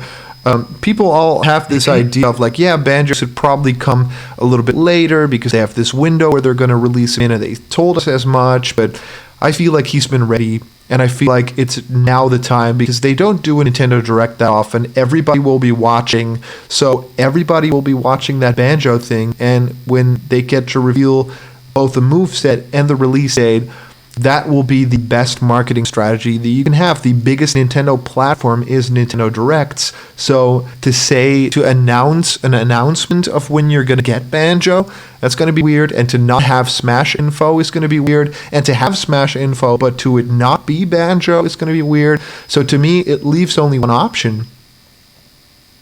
Yeah, no, that's true. I mean, when you look at it with what would the direct look like if they don't talk about Banjo, it is odd. It would feel absent. So, yeah, I agree. Yeah, and there's so much to talk about with the character that I agree with Chris a little bit. I think that there is so little time for all these different segments because you're going to want to talk about your Astral Change because it released and it's doing great. You're going to want to talk about your maybe DLC for other games like Three Houses or Mario Maker, and of course a big segment for Pokemon, big segment for Luigi, and maybe other big surprises coming. But I do believe that if there is time for a game, then Smash Brothers, I mean, that is always trending on Twitter. That is always making a ruckus. That, like, we three have pretty much made a day job out of just talking about Smash Brothers and having fun with other fans of Smash Brothers, and that is huge. I think that Nintendo knows this. You know, it's going to be this direct, I feel, and you guys can quote me on that if it doesn't happen, and you guys can enter the timestamp right now. But I think that in this Nintendo Direct, we are going to get information on Banjo, and it's going to be revealed that we're going to be playing as Banjo this week. So I'll say this: I was thinking about it literally just right now in my head. Joker, when Joker's video came out, we hadn't seen any gameplay of Joker. Right. And with Hero's video, Hero has more moves than any other character. 4 alts, more moves. We hadn't really seen that much of Hero. We've seen some stuff from Banjo with E3. So what do we have to go over with Banjo? We have to go over music. We have to go over some of the moves, but probably not as complicated as Hero's moves. Exactly. We have to go over spirits, and then on the stage. Well, yeah, we have to show Spiral Mountain a little bit more, explain Spiral Mountain if there's any kind of gimmick to it. Otherwise, they kind of did already show it. And then we just pretty much, if Banjo comes with, say, other modes or something, like if there's home run contest, or I know a lot of people have been guessing at a boss mode, and Brentilda might be a boss or something. So honestly, Banjo might have less to show than Joker did or Hero. Hero being a very complex character, and Joker having shown nothing up until that point. So with this direct being longer than usual, it is possible Banjo for 10 minutes might be able to show up everything. Yeah, and I feel much content comes with him as well, right? Oh, I'm sorry. Yeah, go ahead, Chris. Oh, thank you.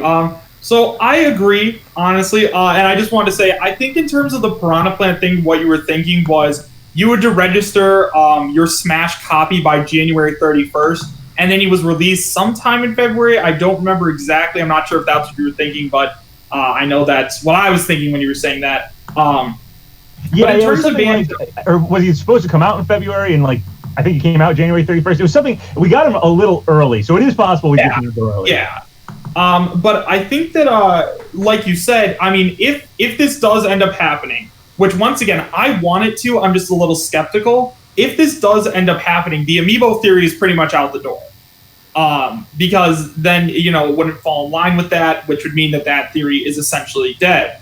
Right. Now, going back to the day that Rare bought Banjo-Kazooie on September 24th, that's crazy. I had no idea that was a thing, and I think it would be just amazing for Nintendo to be like, this is the day that you bought this company and we got Banjo-Kazooie. And on the same day, 17 years later, we ended up getting Banjo-Kazooie back with the Nintendo crew where he belongs. Because, I mean, at the end of Banjo-Kazooie's reveal trailer, if you guys remember, we saw Banjo-Kazooie standing with all of the different Nintendo characters, you know, doing his peace sign.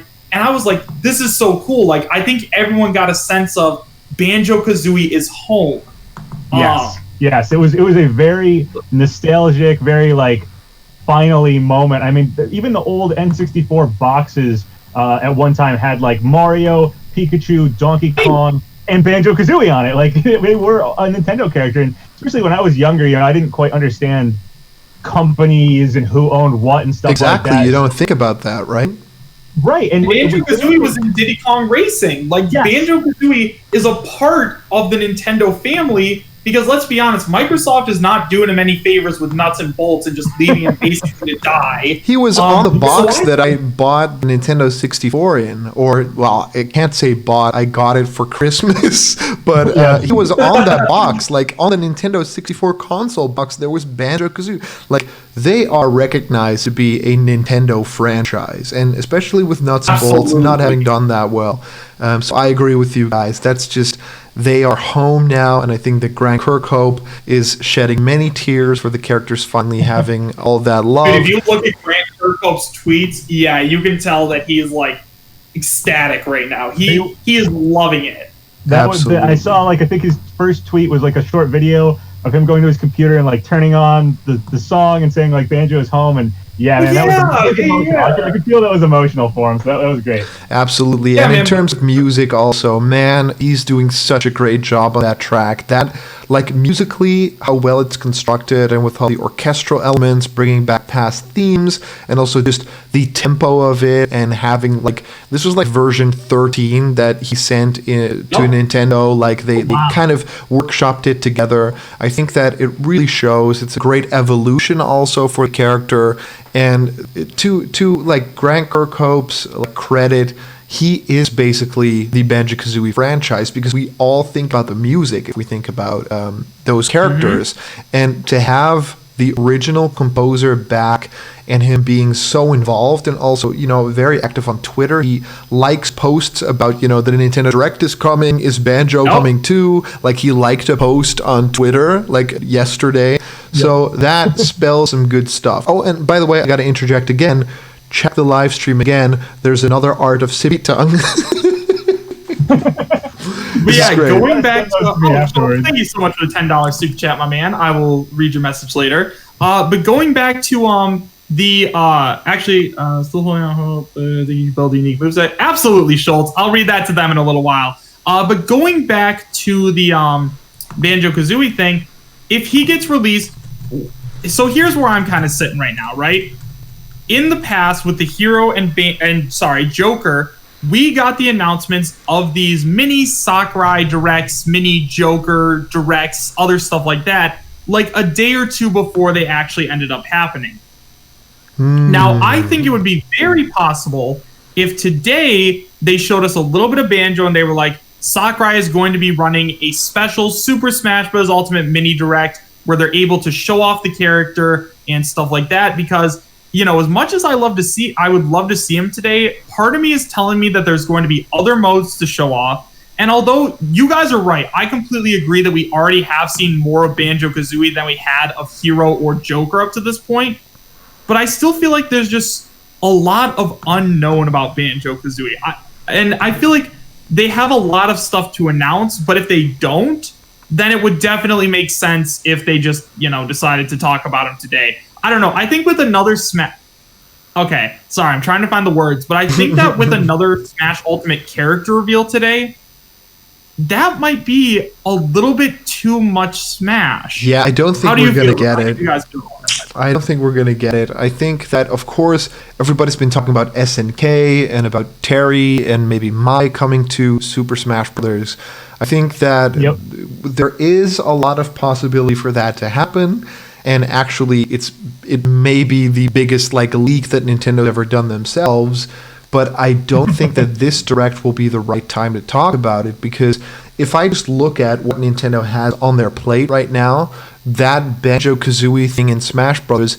Is a gold mine, and you can ride that wave for a pretty long time. And if you undercut that, and they sort of did during E3, right? It's like Banjo and Kazooie is coming. Oh, here's Breath of the Wild 2, right? If they just ended on Banjo-Kazooie, it would have gotten like an even huger response, I feel. Even though, of course, ending with Breath of the Wild 2 was the only thing they could do. So I feel like they probably won't do a thing where it's like, Banjo's coming. Also, here's a teaser for another character. They did that pretty well during the Hero and Banjo reveals during E3, where it's like 2 characters, and then of course no one was talking about Hero because everyone's talking about Banjo, but of course different parts of the world, different preferences and all.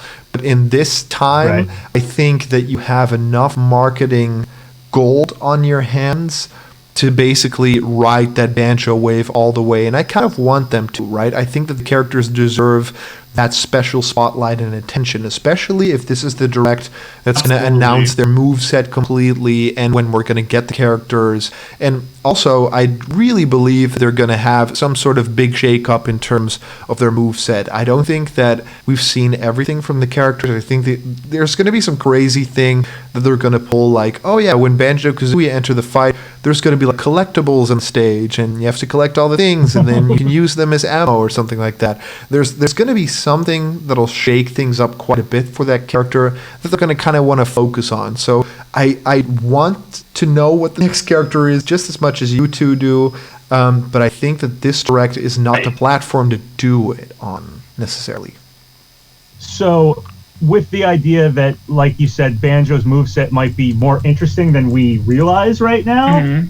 Yeah, I could see. I'm torn about whether or not we're going to see Banjo today, and then get him released soon, or if they're going to maybe just say Sakurai is going to do something, later this month or something. I'm totally torn. I don't know which one I think it's going to be. But I do think Banjo probably will have a more interesting moveset than maybe we're anticipating. Like you mentioned, blog content, something where like they're collecting items. We saw the golden feathers, so maybe you have to collect those or something to use that move, which would obviously fit Banjo being a collectathon. Right. And you talked about the SNK rep leak thing that started and stuff like that. And I know it seems most people are thinking it's Terry. I've heard Japan thinks it's Nakaruru, but I think people are like pretty up in the air between those two characters. From what I've heard, it seems like it's probably going to be Terry.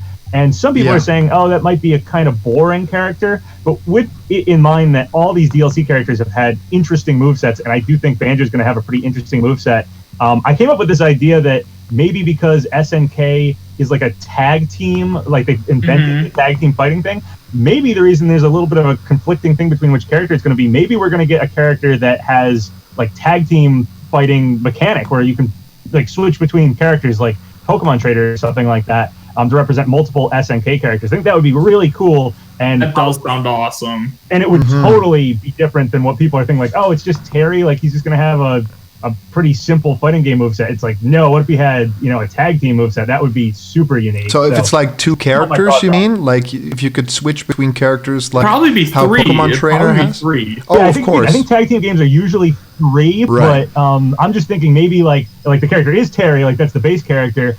And either some of his moves do that thing where like the character jumps in and like hits somebody, or you literally switch between them or something like that. I think that would make him very interesting and again represent a style of fighting game that we don't have yet. Because just getting a Fatal Fury King of Fighter Terry moveset is, right. I will admit, it's a little boring. I don't dislike it, but it's not as interesting as Joker with Arsene or Hero with the menu, or even Banjo-Kazooie with what we've seen, or if they have something more. Or Ryu Hayabusa, well, right? I guess one of the other things I wanted...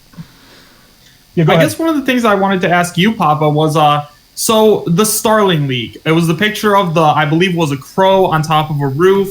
Now, I remember making a video on it a while ago, but wasn't that something that originated from some sort of credible leaker in terms of the 4th DLC character, or... How did that come about? Because I remember it was really popular for a very long time. Yeah, so that was over on... Do you guys know Sabi? Sabi is like a pretty known leaker. So I talk to Sabi pretty often. Sabi was the person who told me that the SNK rep is Terry, though I know Sabi doesn't necessarily know more than like the name. Like it's not like we've seen images or anything. Like it's just that's the name that's floating around. Which is why I'm still kind of thinking maybe it's a tag team fighter or something if there's other names floating around too. So the bird image, it was like a bird on a roof. It came from Sabi's Discord, so not from Sabi, but Sabi's Discord. Okay. And it was someone who has in the past, I think they posted a crab right before the direct where we got Link's Awakening, and they posted a picture of a bear and a bird right before we got Banjo-Kazooie. So we don't know if the bird on the roof is for Smash or not because they did the crab for Link's Awakening, and they're really cryptic with it. So the bird could be like maybe the one of the legendary Pokemon, and it could be for anything. So yeah. Yeah, for me, it means a little bit nothing, right? Because it, of course, doesn't directly come from a big leaker.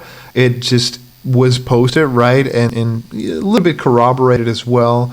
But it's really fun to speculate what like these hint pictures could mean, because that's always a thing. Like it could go totally the other way. Would it mean a bird kind of character?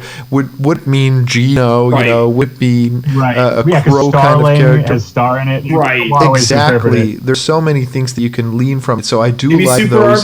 Super Mario RPG 2. All right, yeah. Could it mean like Paper Mario RPG or something like that? Yeah. So you were talking about Thousand Year Door getting ported, but man, I like the Paper Mario games. Don't get me wrong here, but my first Mario RPG game was Mario RPG, and I fell in love with it. And so I like the Paper Mario games, and I like the Mario and Luigi Superstar, games, stuff like that. But I've always wanted Mario RPG to obviously be redone or get a sequel to or something like that. So yeah. Mm-hmm. Interesting. No, that'd be cool. That'd be pretty fun if we got a Super Mario RPG 2. I mean, it seems like Square and Nintendo at this point are on pretty good terms. We're getting the new Dragon Quest 11 game on Switch. Yep. We just got Hero. We have Cloud. I mean, it's possible. I'd love to see it because I think that Super Mario RPG is a very underrated game. The first time I played it was on the Wii Virtual Console, and I fell in love with it.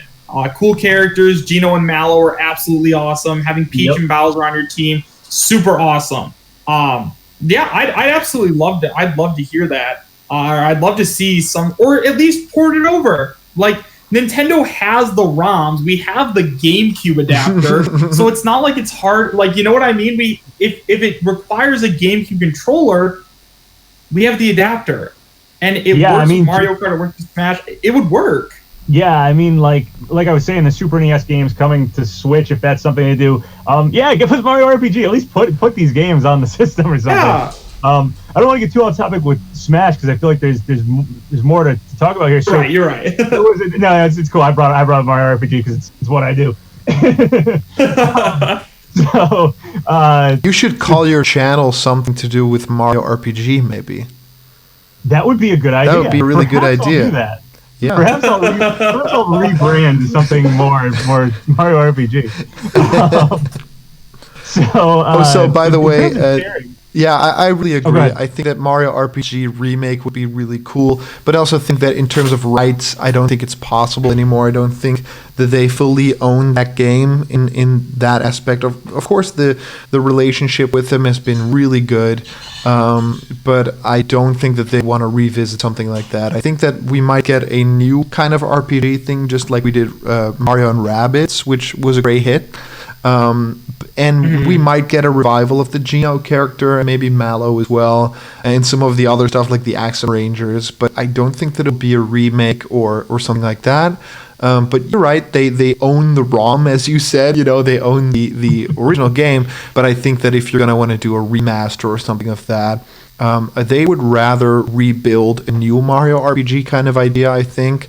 And if we think about remastering that kind of stuff, remaster Thousand Year Door is what a lot of people are saying in the chat. Like, that's something that people really want to see, and it would be easy to do, right? I think that you could do the easy thing and just HD update stuff, or you could do the Color Splash style with Thousand Year Door, which would not be my preference, because I don't really like the realistic paper background thing that much.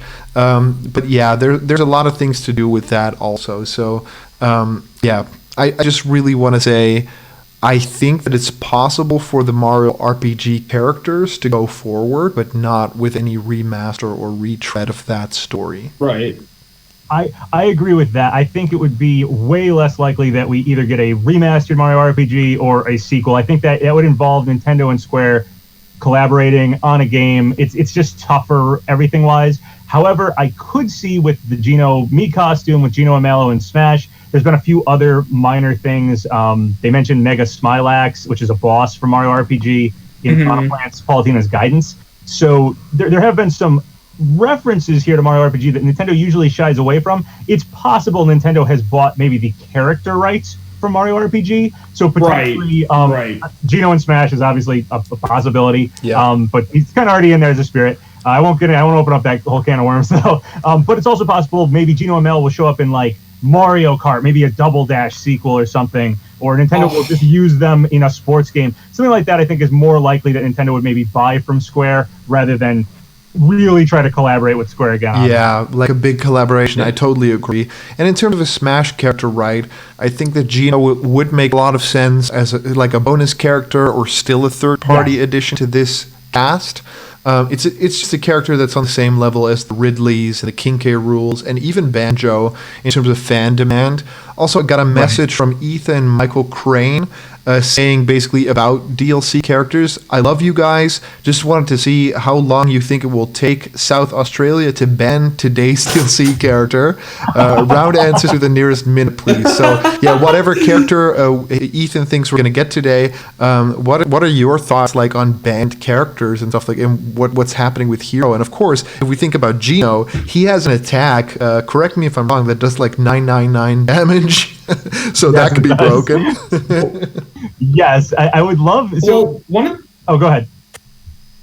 I just wanted to really quick. I just want to say that Sakurai has also said before that he wanted to develop a moveset for Geno. Yeah. Because I remember an interview where he said it'd be super cool, like if Geno, like I'd love to work with Geno. He's super cool because he has a gun for an arm, and I was like, that would be really cool. And I mean, we don't have the Geno Mii costume along with the Square stuff, and in Smash for Wii U and 3DS, the Geno Mii costume was the only Mii costume in the entire game that ended up getting a splash screen. And now that we don't have him in Smash Ultimate, even as a Mii costume, it's really suspicious. Like maybe they didn't get the rights, which honestly might be a little bit more, that might be a little bit more like plausible, but I just think it's very, very weird that we got the Hero and all these other Mii costumes, and the Hero with like a bunch more songs than Cloud, but no Mii costume for Geno. Especially Sakurai and Nintendo know that we, the fans, want Geno just like we wanted King K. Rool, just like we wanted Ridley. Like I think something fishy's going on there. Definitely. Yeah, I agree. It's definitely Geno's in a weird spot. I won't get too into Geno because I could talk all day about him. But there was some copyrighted songs. It was 2 tracks from Mario RPG on YouTube. Like I said, Geno and Mallow I think are the only spirits from Square besides Cloud in the base game for Smash. We don't have the Geno Mii costume, like you said, Chris. They had a splash art for that. There's some odd things going on. I could totally see Geno being an extra character, maybe like Piranha Plant. For the DLC. Absolutely. Oh, sorry, I'm getting a Snake Coda call. Yeah, no, it's Snake. That's on my end. So, just to move forward away from Geno. Of course, this phone. Hey, I know. Since we're moving away from Geno and Vergaban. All right, I wanted to talk with you two because at this point, I think that the 3 of us are probably the people who talk about leaks on YouTube the most in terms of Smash and stuff like that. Now, in terms of there's Vergaban, another guy, every right, time I that talk does about, videos. Every time I talk about him, there are people who are always like, Vergaban has no credibility anymore, like he's gotten stuff wrong. And there's other people who still hail Vergaban as like the god, the most credible leaker of all time. Now, Vergaban actually the other day posted that GIF of Terry. Did you guys see that? Yeah. Yeah. So he posted that, and then we had Sabi come forward and say, I agree with Vergaban, like this is what I'm hearing as well. So I'm just kind of wondering, like, in terms of the next Smash Ultimate character, at this point, I agree with you 100%, Papa, that we are, like, Terry is basically it. But, like, what are your thoughts on Vergaben, and does the Terry GIF mean anything? So, yeah, I can definitely shed some light on that. Just real quick, because I know Block Content, you asked about the banning of Hero and just my thoughts on that, and I totally kind of looked over that. I don't think characters should be banned as quickly as that happened, but it was only in like Southern Australia or something, so I think Hero's not even that. I don't think Hero's even as overpowered as people think he is. I completely agree. I think he has a randomness to him, but I don't think he's super overpowered. So I mean, we saw the same thing with Bayonetta and Cloud back in Smash 4, like, and then they were like, well, Bayonetta was the definitive best, but I mean, like, I don't know. I don't like the whole ban culture. Yeah, and to Bayonetta be fair, was way more bannable too. So. Exactly. No, to be fair, like Bayonetta in Smash 4. I'm gonna totally say something that's gonna be controversial, I guess. But to be fair, it's been banned in like Australia, like in events that are not made by Nintendo. You know what I mean? Like those are like legit, the most legit things ever. But of course, what does it really mean if some fan community of a game created by a company thinks that something should happen about a certain character? Like, in the grand scheme of things, Nintendo did not decide that. Other people that are fans of the thing decided that. So, to me, it does not really matter all that much. But that's basically me saying tournaments don't matter, and I don't want that to be what you'll pull away from it. But still, like, thinking about the fact that fans of a thing get to decide. Like, it's the same thing, like, taking it back to what PapaGenos said about movies, right? I think that it's weird to say, like, oh, Star Wars, like, additions made by the director, and then fans want it a certain way, and they make fan edits of the film.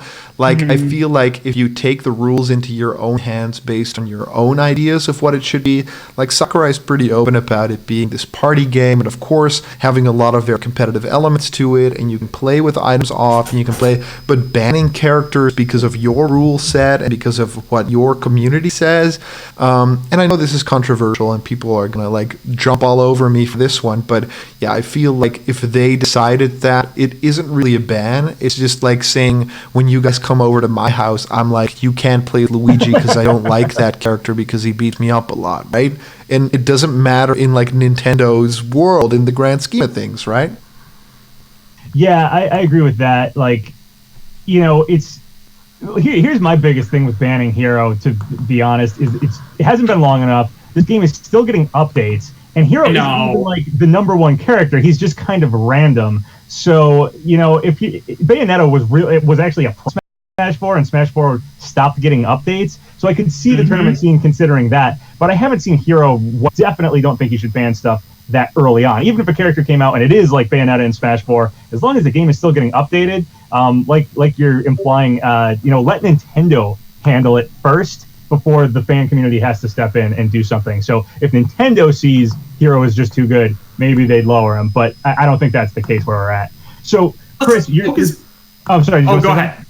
I just want to say, Hocus Pocus is a bad move. Every time I've used it, I've always shrunk or gotten like the flower or something. I hate that move. I usually get hurt by Hocus Pocus too.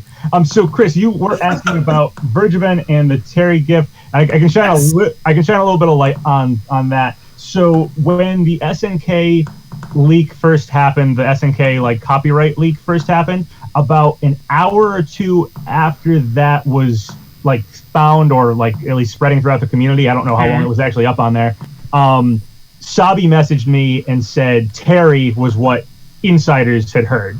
I don't know if that was coming from Vergaben or who exactly, but I heard that almost immediately, Terry. But I am aware that Sabi, I don't think, like I said, I think a little bit earlier, they haven't seen like an image, they haven't seen gameplay. I don't think we know anything about Terry. It's pretty much just the name that's going around. So I don't know if Vergaben heard the name or if Vergaben has seen more. I don't know Vergaben's sources. I don't know exactly who they've heard stuff from. I do think Vergaben is pretty careful before they leak anything.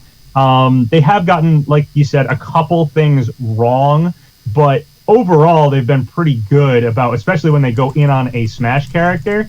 So like they said Minecraft content, which we still haven't gotten, but you know, they never said Steve. They were very careful to not ever go all in on that. So to have them post the Terry image does make me think Bergevin's all in on Terry. But I think there's still enough wiggle room, like I mentioned before, like a 3-in-1 tag team style fighter, I think could still happen, even if the character is Terry. Like I said, there's kind of conflicting things between Terry, Nakaruru, Mai, stuff like that. Maybe it's a tag team character or something slightly off about Terry that we don't quite know. So I think Bergevin is still trusting, definitely worth listening to. I've never been someone to throw them out just because I think like one of the things they said was like, who was in development? I don't know where their sources are. So we got multiple Zelda games since then. So maybe their source was saying, oh yeah, I know about a Zelda game, but it's not Link's Awakening. And so Bergevin said that, and then lo and behold, there was a Link's Awakening coming. So yeah, I just, I kind of know how leaks happen. I kind of have talked to enough people that have had leaks or talked to insiders and stuff like that. And sometimes it can be messy. It can be just as messy as, a game of telephone. So I still think Bergevin is worth listening to. As far as if it's definitely Terry, I think it probably is Terry, like 90-something% sure, but there could be something else going on here, like a tag team fighter or something. Yeah, really the tag team mechanic would be really incredible and would totally get me on board. Like, a lot of people got me a bit flack for saying that I don't really like the roster of the SNK company characters. And, everybody's entitled to their own opinion. A lot of people don't like Hero. A lot of people wished Benjo wasn't in the game, but another character was. But having the idea of that tag team 3 characters that could jump in at any moment and use an attack, that would totally, completely win me over. Because that mechanic in a lot of games, like including like Dragon Ball Fighters, that is so interesting and very satisfying too. So, and I really wanted to steer the conversation a little bit. It was still keeping it Smash though. But which characters do you guys think will be the final 2? Like, what are your thoughts at this moment right now? Let's start with Chris. Who do you think are the most likely final 2 characters? Well, at this point, I don't really like saying final 2 because, final 2 is in this fighter pass absolutely makes sense, but there's no way we're not getting another one. Like, everyone's like, there's no way we're getting another fighter's pass. I don't know. It prints money. It prints money for Nintendo. Thank you, Papa. Because, think about it like this. If people buy 2 fighters passes for $25 a piece, it's like they're buying another copy of Super Smash Bros. Ultimate. Even this, real quick, just this idea. Go, please. I feel like a Smash character wins Nintendo E3. I know. Even if it's not like a full Fighters Pass, or they do a smaller Fighters Pass, or just there'll be extra DLC characters when we feel like it. Just next E3, if they can just go oh yeah, by the way, Sora's coming to Smash. It's like Nintendo won E3. Oh my god. That's exactly what happened with Banjo. Yeah, it's why give that up to just do the Fighters Pass? It can even just be one character a year announced that Oh my gosh, I agree so much because that's so true. I gotta be honest here. We have to consider that there was 7 DLC characters in Smash for Wii U and 3DS, and right now, if we just get Piranha Plant and the Fighters Pass, we would have 1 less character than Smash for Wii U and 3DS. This is Super Smash Bros. Ultimate, okay? Nintendo is loving selling these fighter passes for $25 a piece, and then, it's literally printing the money, like you said. And yes, I understand Sakurai needs a break and everything, but it's literally printing the money. I think I'm on the other side of the spectrum on this one because if my inner fan of Smash Brothers could come out right now, it would totally agree with you guys. Be like, yeah, dude, Fighters Pass 2, and of course it makes sense and it makes Nintendo a lot of money. But I think in terms of development cycle, I think right now it's about time to let this, fizzle out a little bit in the best way possible with this DLC and start a project plan for something new. That is literally what happens around this time. So to think about this game in terms of a platform for Nintendo, this is the Ultimate Smash Brothers, so we're going to keep this for a while. I don't know if Smash Bros. Ultimate is that game. Even though the name pretty much implies it, I feel like they want to work towards that with maybe a new platform or maybe the next game in the series.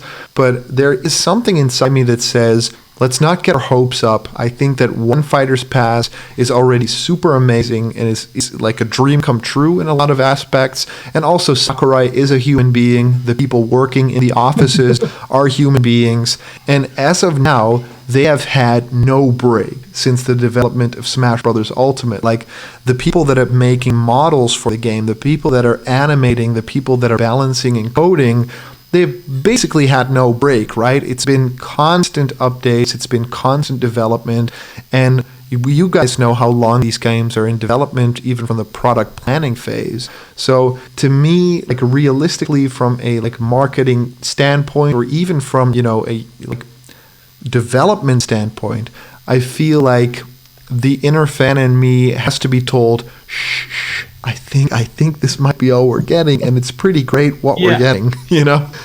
I actually have some counterpoints to that. Papa, do you want to go first? Because I kind of have a little tangent. Sure, yeah. So as far as, I basically agree with you. I have extremely mixed feelings. Part of the fanboy in me wants just endless characters for Smash. Keep them coming. And there's definitely, I can see logical reasons for that to happen. Nintendo would just make money. Like, Smash is just huge. Smash Ultimate came out right at the start of the Switch's life cycle, or very early on. I feel like games nowadays, especially games that do get played in tournaments, stuff like that, tend to get supported for longer than they used to. So I could see Nintendo wanting to do that. And I do think, like I said, like a single Smash character can win E3 for Nintendo. So to just do, like, maybe not even a full Fighter's Pass, or maybe a Echoes Fighter Pass, or maybe more characters like Piranha Plant, individual characters, and do it real slow, like, so Sakurai can have a break, the team can work on, like, even a single character a year or something like that. It's possible.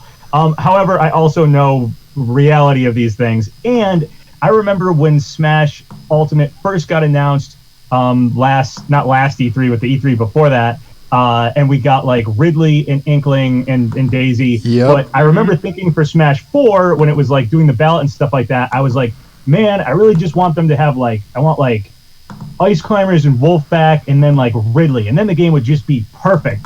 And by the E3 for Smash Ultimate, we had that. We had everyone back. We had a fan favorite character like Ridley that felt more like a ballot winner to me than Bayonetta, and I was just like, okay, this game is perfect. So I was absolutely satisfied with Smash Ultimate right from the get-go. So yeah, I mean, we're getting greedy at this point, asking for more and more and more. But it's just crazy. Smash also always surprises me. I mean, when Smash 4 was, like, done, I never would have thought we would have gotten the ballot. Like, I would have thought, okay, we're getting DLC and that'll be it. And then they announced the ballot. So I could see this game's quote-unquote ballot being Fighter Pass number 2. It could just be an announcement that no one expects. So I'm totally fine. If this is just the Fighter's Pass, this is all we get, I'm totally fine with that. As far as if we get a big surprise, though, I wouldn't be that surprised anymore, because Smash always blows me away. I guess I agree with all your thoughts. From. Yeah. So basically, from Smash 4, we know that Sakurai stated before that basically the day after Bayonetta was released, he started project planning for Super Smash Bros. Ultimate. Yep. Now, they did not have a very long development window, but they were able to put all of these characters in the game. And yes, it was definitely difficult. I'm never, ever going to say that, like, it was easy for them to do this. And the fact that they did this is absolutely amazing. All of these characters, awesome. But now, instead of running around like chickens with their heads cut off, like trying to develop each character one at a time, now they're literally just focusing on one character at a time. Like, I know there's tons of rumors going around, and who knows what's true, but, like, they say that, like, some characters haven't even, like, the 5th DLC character hasn't started development because they're still working on Banjo-Kazooie. So they're doing a slow little process. Another thing I'd like to talk about is actually the stage select.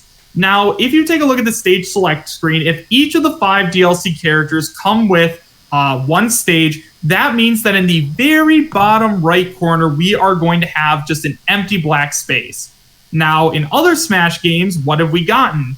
We've gotten the ability to switch to different stages, like the DLC stages in Smash 4 Wii and 3DS. In Brawl, we were able to switch to the past stages and stuff like that. And just having that little black space in the bottom corner is going to bother me. Now, I know that is a little conspiracy theorist, but I mean, like, when you take a look at it like that, what does that black space mean? Like maybe it'll be a new Switch themed stage or something like that. But I do think there is definitely potential. Now, going back to the money side of things, like, yeah, I mean, if people buy two fighters... Oh, sorry. A point I wanted to make before that was the Switch itself.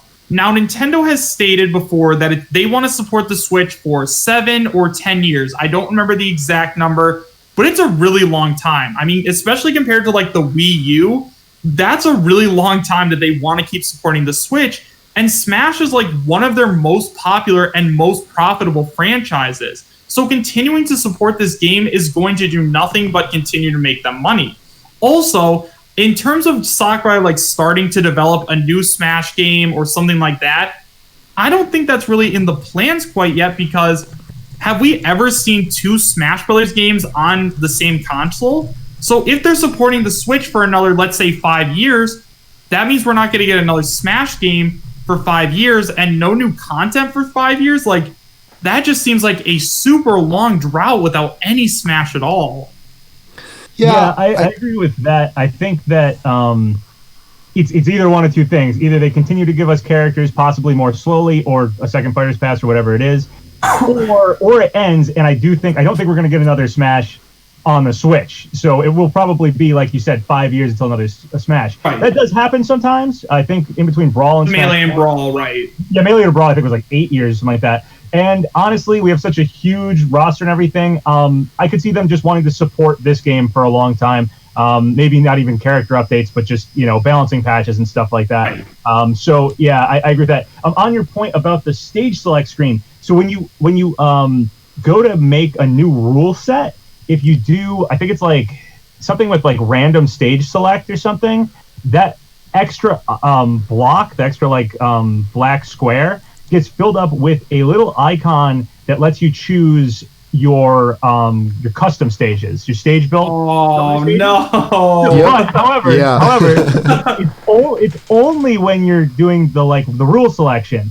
And I do agree, it looks a little weird that every time I go to select a stage, there'd be that little black bar down there, like just so that when I'm doing the rules, it has that. So I do think it's still potentially possible that there is like a next screen of more stages or something, a button for that would fill up that spot. And then when you go to select custom stages, maybe it just looks a little different. I don't know. But I do know that there's something that could potentially fill that up.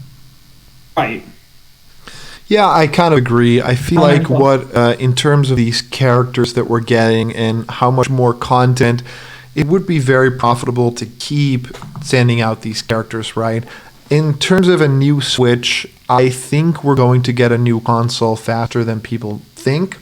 Because I think that this phase of the Nintendo Switch has been really profitable and really great creatively, but I also think that it's opened up a lot of doors. And as I mentioned earlier in the discussion, the idea of VR, and of course now the additions to the Nintendo Switch hardware, and also the Switch Lite, I think that Nintendo is really like trying to find out the best possible way of creating hardware. So I actually think that there's no way that we're going to stick with Switch for 7 years. I don't think that will happen at all. I actually think, and I think Miyamoto has come out and said this, they're already working on the controller for a new console or something like that. And don't get me wrong, I love the Switch and I would love, for it to be supported for a very long time. But I think that the successor to Switch is coming fast. I think that they know that they want to, sell a new console, and some people are basically not getting the Lite. Some people are not getting the updated Switch model. And that's also just kind of the way companies work, right? You got to get the new iPhone because it has the new thing.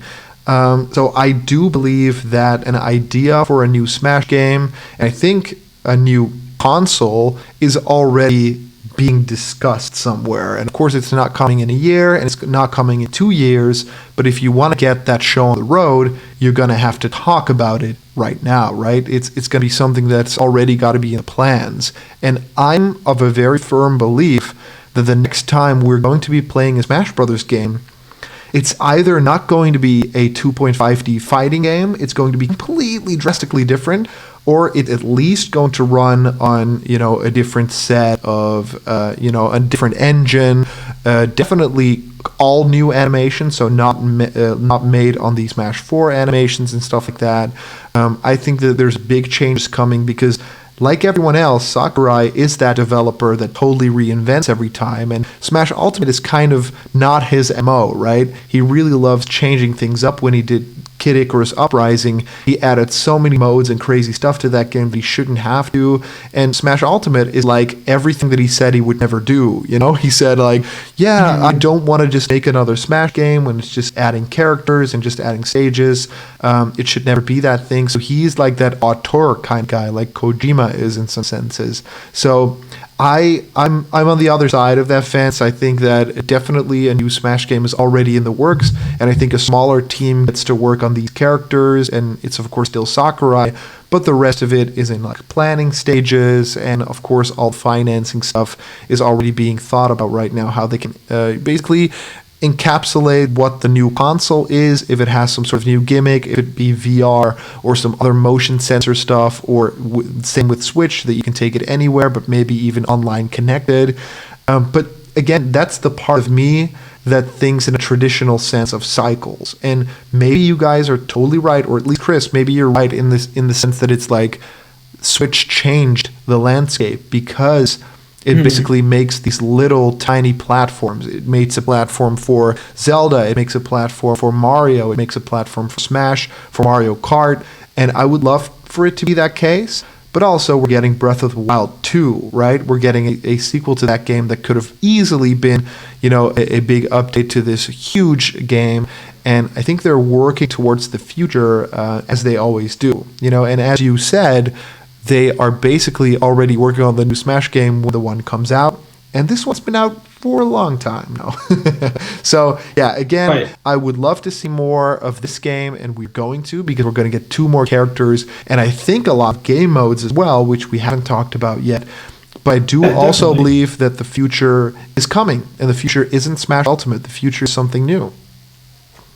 And guys, I love this conversation, and I definitely think we should do another live stream specifically for this. But we should probably focus on the Direct. Exactly. Like, sorry. Exactly. but like, if you guys like this, we'll definitely do this again, because I'm having the time of my life right now. This is pretty fun, right? Yeah. So can I let me just say one thing real quick back to that. Go for it. I'll try to transition us back to stuff that we might see in the Direct. I agree that Nintendo's like hardware is will probably get something new. I don't know if they're going to drop the Switch title though, because the Switch has been really good. They kind of tried to do that with the Wii and the Wii U. They kept, the Wii name. So I could see whatever the next console is being technically still the Switch, but it's like, it's a new console. It has its own, maybe it plays Switch games, but it also plays, whatever the next Switch games are as well. Like kind of like the 3DS and the 2DS, some can only be played on 3DS.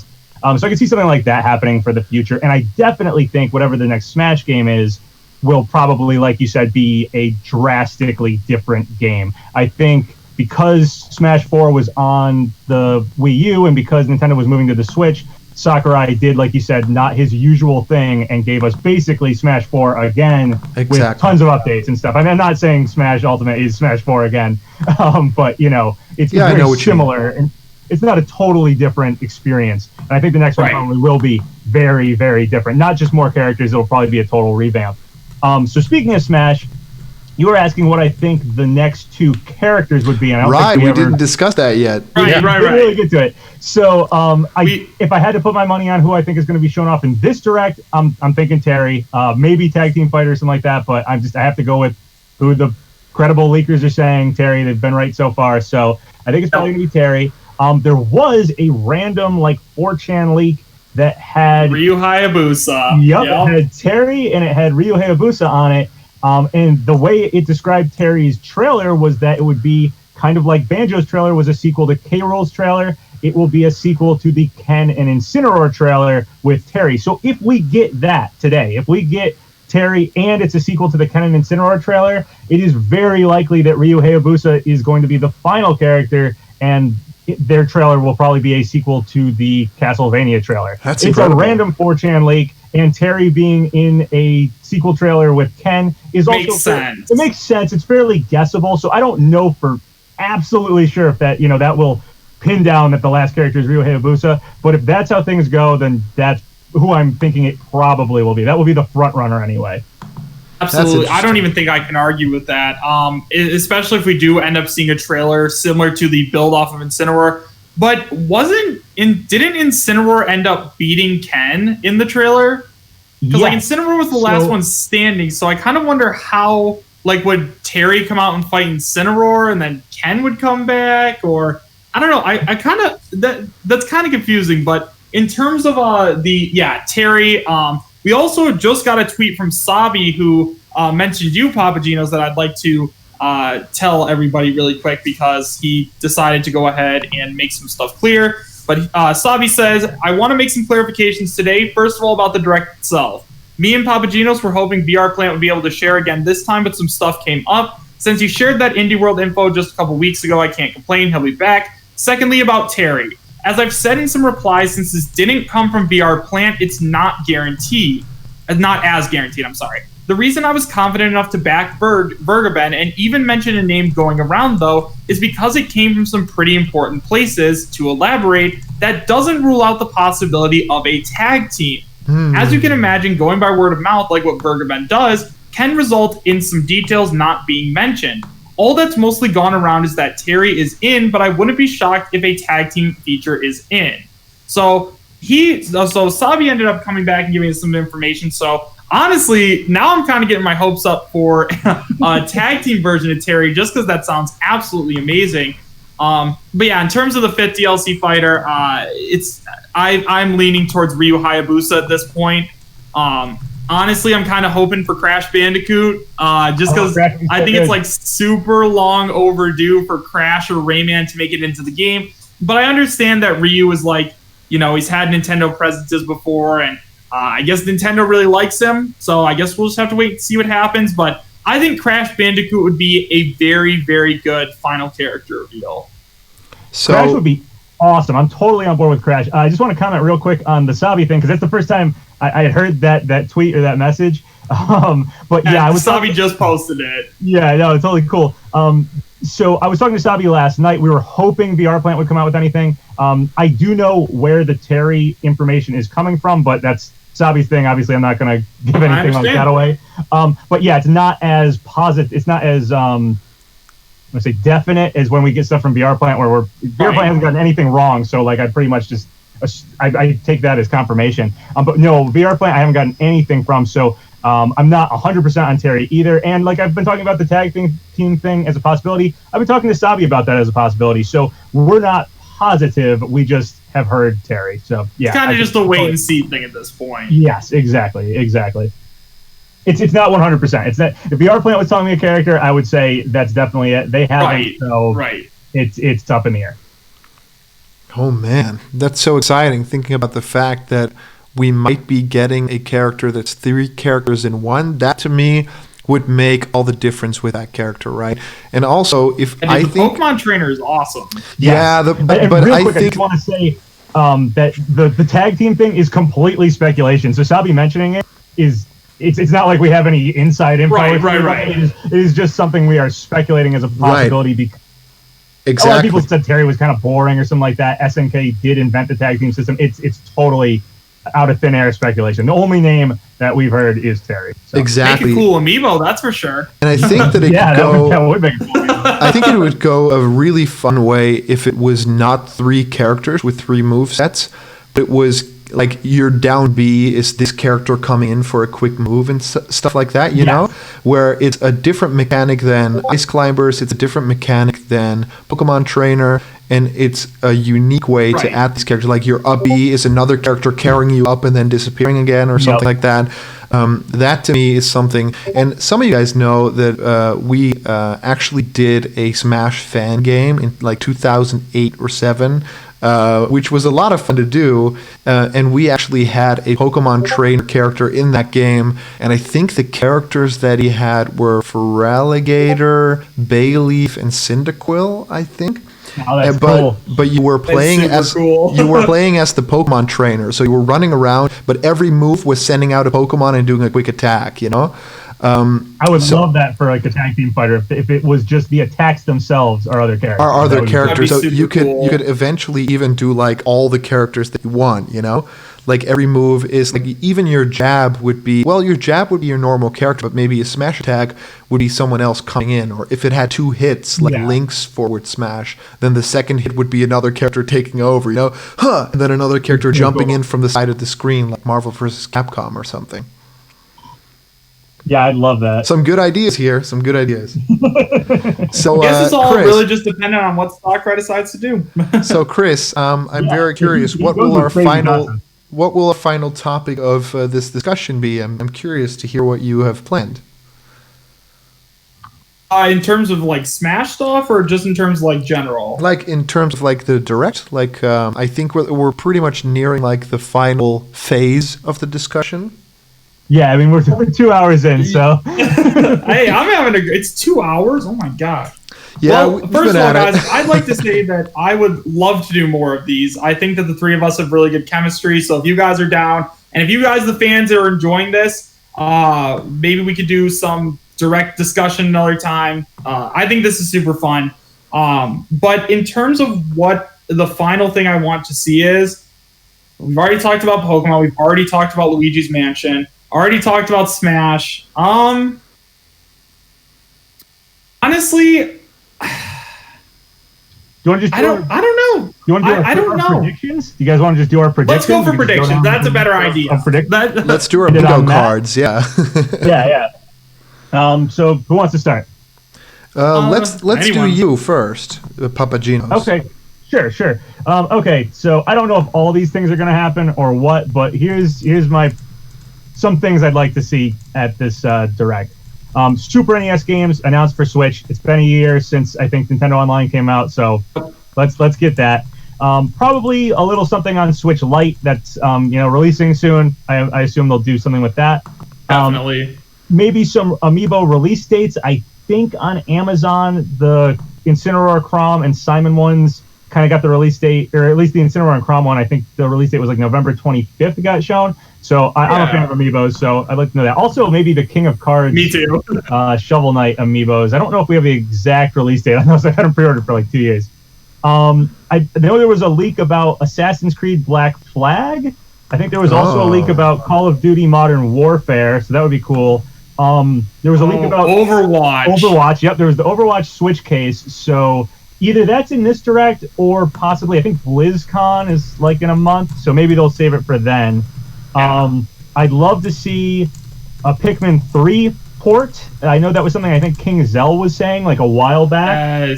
Yes. Anything Pikmin would make me happy. Pikmin 4 would probably be Pikmin 4. That'd be the biggest thing for me, but Pikmin 3 port would be something I'd like to see.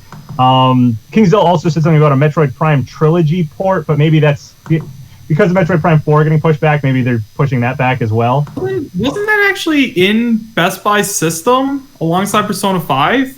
It might have. Yeah, maybe it was. It was Metroid something, I think, was in their system. I think it was the trilogy alongside. I don't know, but it was in the system. But I've heard like nothing about it since. Yeah, me either. Really. I'd love to get Netflix on Switch. Actually, I've been waiting for that. So anytime they want to, Disney Plus. Yeah, Mario Maker 2 DLC. I'd love to get. I don't know if it's too soon or what, but if we get Mario 2 or Mario USA, mattering where you are, I'd love to get a new theme. I think that would be great. Absolutely. Something on Banjo would be cool, even if it's just announcing we're going to talk about Banjo. I'd like to see that. Rare Replay would be a great time to announce Rare Replay coming to Switch, if that's something that might be happening. Besides that stuff, looking at I wrote down all my bingo card basically. I'm just making sure I said everything. and then Terry probably getting announced for Smash. That's pretty much the stuff I'm expecting to see. Hopefully some surprises beyond that, though. Interesting. Absolutely. I guess I'll go next. In terms of my predictions, I definitely feel like we're going to get some kind of announcement with a Nintendo Switch Online, whether it be SNES games or something along those lines. I just feel like, especially since, once again, subscriptions are going to be renewing in about, what's today, the 4th? So I think it's in a week or two where we're going to have to pay that money again. Yep. And I feel like they're going to try to announce something like Play It Up once again because we got the real announcement of Nintendo Switch Online in last year's September Direct. So it would make sense if they at least mentioned it at the very least in this one, like told us some new stuff that was happening. I could definitely see that. In terms of other stuff, I'm hoping for some Amiibo news, just like you, Papa. I'm a very avid Amiibo collector. So I'd really love to hear when the Incineroar and Chrom and Simon Amiibo are coming out, because I love picking them up. So that would also, once again, if we get no Banjo news, stick around the Amiibo theory, being that we would know about the release date of the character that is most likely going to be announced today. Right. Alongside that, Overwatch, I mean, the Blizzard Switch case was already listed on Amazon. At this point, I feel like everyone knows about it, so Nintendo's just going to kind of be like, oh yeah, Overwatch is coming to the Switch. Like, I hope you guys enjoy. And then, I don't know, I feel like there is one big surprise that is going to end. It's going to end the Direct, and at this point, I don't know why, I'm leaning towards Odyssey 2. I think that makes sense. We talked about that earlier. Yeah, we talked about it earlier, but I think that Odyssey 2 is going to end the Direct. They're just, we're going to get the Terry reveal trailer, and then, the guy's going to come up on stage, he's going to be like, oh, did you guys enjoy the Terry trailer? Well, we have one other surprise for you, and it's going to be like Mario laying on a beach or something next to Cappy, and by the way, if this is right, just know I'm a credible leaker. I have my sources. He's going to be like laying on a beach, and he's going to hanging out with Cappy, and maybe it'd be like maybe he's laying on Delfino Island. I mean, who knows? You never know. But other than that, I think that this Direct it's going to focus a lot on Luigi's Mansion and a lot on Pokemon Sword and Shield, because those are the two big games that are coming out like relatively soon. Definitely going to mention the Switch Lite at least a little bit, because that comes out in like 2 weeks. So they're going to want to push that, especially for the people who have kind of been waiting for the Switch. But yeah, other than that, I think that this is going to be a very, very good Direct. I don't know why. I'm getting a really good feeling, and I think that they're going to say, we're going to give you guys some Banjo-Kazooie information a little bit later. We're going to announce it later, is my guess. That's my guess. But yeah, I think that this is going to be a great Direct. For me, I share a lot of what you guys think. I also think that it's going to be quite an event, this Direct. I think that it's time for Nintendo to really show their muscles in terms of what we'll be getting at the end of this year, at the back end of this year. Entering the holiday season. Yeah, I think that we really got to get some good stuff now, especially that, one thing that we're always talking about, that one surprise. So that's definitely a thing that I'm thinking happens. SNES Online, I think, is a shoo-in for this Direct as well. I think we are going to get a Mario Maker DLC update, but I think it's going to be bare bones. I think it's going to add a couple of new elements. I don't think it's going to add a new game style. I don't think it's going to add even a new background. Maybe they'll add playing with friends finally, because they announced they were going to in the E3 Direct. That would make a lot of sense, actually. That would make me very happy. That would actually make the game for me. Like, I love playing it and making stages, but if they add that, then we have a co-op Mario game, a co-op online Mario game. So that would totally fix everything that I think is wrong right now with the game. But yeah, I think we're getting an update, and it's going to be bare bones. I think it's not going to add too much. I think we're going to get Luigi's Mansion info, where we find out a character is playable we didn't think was playable. So either a ghost character, or there's a mini game where you're playing as Mario in sort of a trapped state or something. I think there's going to be some weird... That's an out there prediction, but I think some weird shake-up there is going to happen. I think we're going to get a Pokemon Sword and Shield trailer, and it's going to be underwhelming. I think it's going to be something everyone knows about, and we're going to get Surfetched and a Longcat Meowth and a Fat Pikachu and all that kind of stuff. I think that everything that we know about is going to be in that trailer, and they're not going to address anything. I don't even think it's going to go to Game Freak offices. I think it's just going to show a trailer. I think they really want to steer clear from talking about the controversy at all. That's never really been Nintendo's MO. They're not going to do that. I think we're going to get something about this Odyssey wink that we've heard about, and they might even show that picture. And just like you thought, Chris, I think that it'll be really cool if it was a tiny hint. So just Mario on a beach chilling out, and then basically Cappy coming alive or something like that. And I think that we're not going to get Smash newcomer information, even though it does feel likely. I really want it to be Banjo's moment of glory, because Banjo and Kazooie, to me, deserve the spotlight, and I think could make for a really great end of the Direct, where it's basically just like, here's what is coming to Smash. And my final prediction for this Direct is basically, I think we're going to get Smash Bros. 5.0 stuff. So we're going to get to know what new game modes are coming, what new updates to the game are coming, because that is the platform to talk about stuff like that. You know, if there's some sort of home run contest thing coming, or a new online mode, or, you know, something big to shake up Smash in terms of single player modes, I think that now is the time to talk about it, next to saying, hey, Banjo is here, and you can play as him either right now or tomorrow. And that's pipe dream-ish, but I also think that if I were, you know, in charge of the marketing department, or, you know, making those kinds of decisions, I'd say, whatever you do, if there's a big Nintendo Direct, a general Nintendo Direct, that's where you drop that kind of stuff, and not anywhere in between. You do it there. Yeah, that makes sense. Do you think it's possible that maybe we get a character reveal at the beginning of the trailer, and then the Banjo at the end? That way it doesn't necessarily take because they kind of did that with Hero and Banjo. You know, they didn't take away from each other so much. I think if you spread it out in that way, because I was picturing Smash all at once, but maybe if you start with a character reveal, do the whole Direct, and then end with Banjo stuff, it doesn't necessarily take the glory away from Banjo. That is a really great idea, man. I think that would be a great way to open it up, because if you open with the Smash thing, then all eyes are going to be on that thing. I think there was one Direct where they opened with the what was the game called? Ex Machina or something? Ex Machina. Yeah. I think that turned a lot of people off, like, immediately. I think that you have to go out guns blazing at the start of this Direct, right? You really have to capture everybody, no pun intended. So either it be Odyssey or Smash Brothers, right? So that, I think, is likely. Do I think it's going to happen? My heart of hearts says there's no newcomer stuff in this Direct, but it is time for a newcomer to be revealed. You know what I mean? Like in the sense that we knew about Hero and Banjo, and now we know about both of them, and we don't know anything about the final two. So in terms of, like, the timeline, we should now be getting to know who that next face is, you know, the fourth face that we're going to be playing as. So I'm straight there in the middle. And maybe I'm just scared to make a call here, because it could easily go both ways, this one. Yeah, I mean, we have to get everything out by February, so we need DLC 4 announced, DLC 4 released, DLC 5 announced, DLC 5 released, all in the span of the next, 4 or 5 months here. Yeah.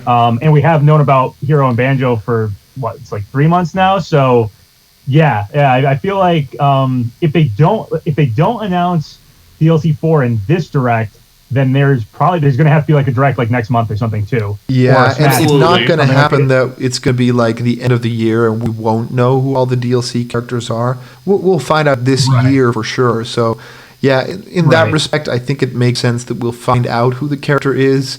But I really don't want to take anything away from how crazy it is that Nintendo and Microsoft are finally working together, bringing Banjo back to its home. So, starting out with a new character reveal might be the way to solve all their problems. I think so.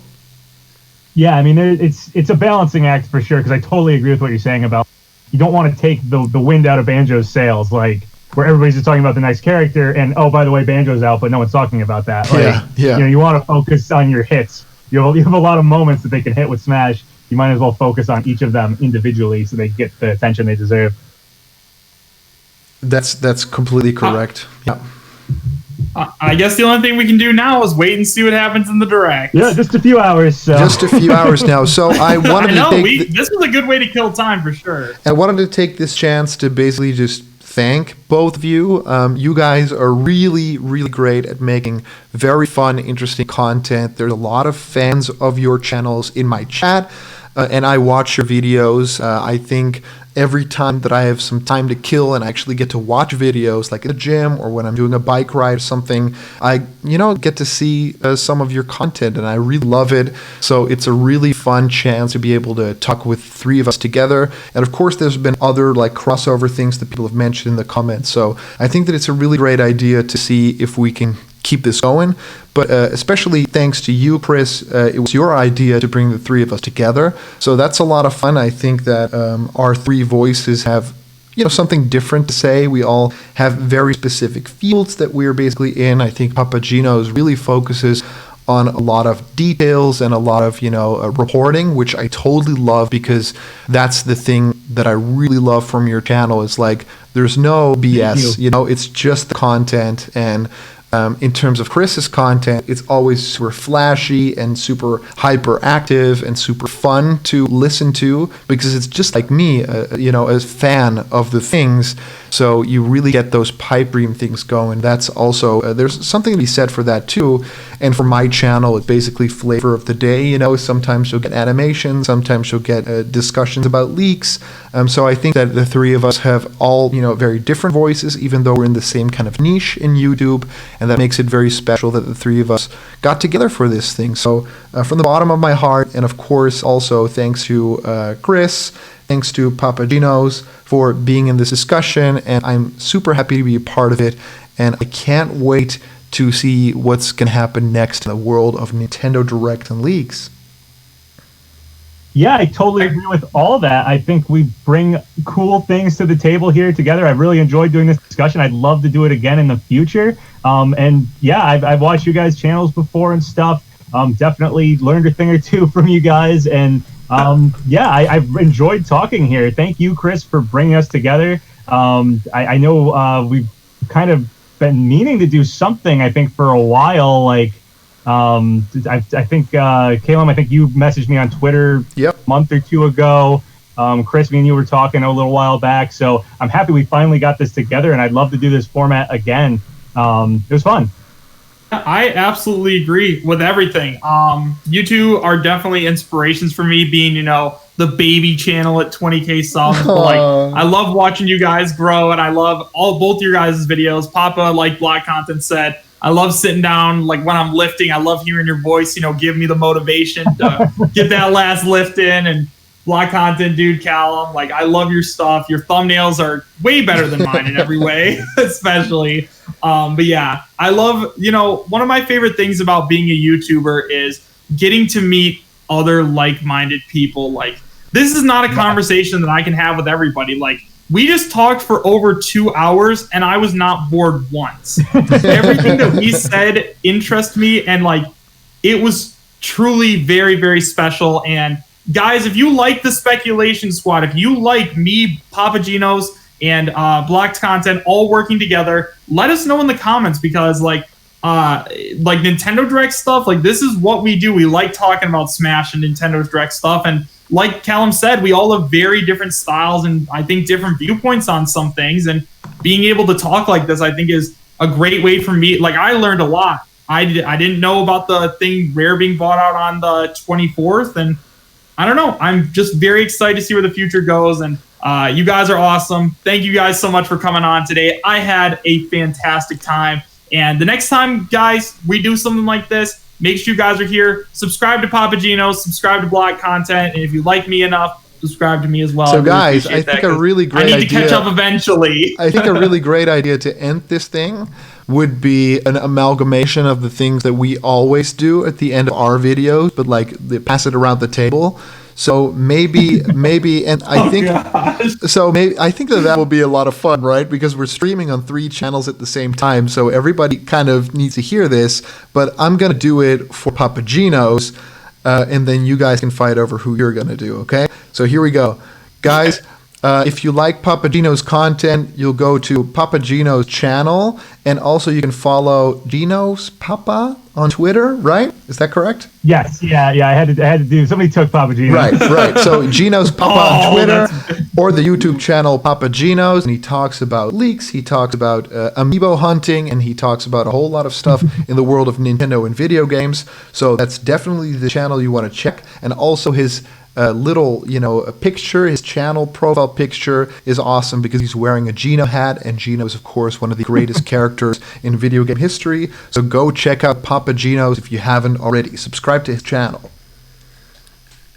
All right, yeah, go support my boy Block Content at Squared Things on Twitter. Super awesome guy, glad to work with them. He also did this killer song at the end of his last video, Banjo Take Me Home. Amazing. Honestly, Callum, I think you should switch over to singing instead of Smash content. Just joking, but I loved your voice. And yeah, guys, I think we had a great time here today. Callum is super awesome. If you guys haven't already, go subscribe to Block Content. Trust me, you won't regret it. I love Callum. Thanks, my dude. Yeah, so I like all three of you guys, but go over to LaxChris's YouTube channel and subscribe to that. He's a great guy. We love talking together, and I've loved his content. There's a lot of times there's leaks and stuff that I don't even hear about, and Chris, you've made a video on it. Like, I can always count on you to find everything. Got you, my dude. Yeah. If it goes up on 14, it's up.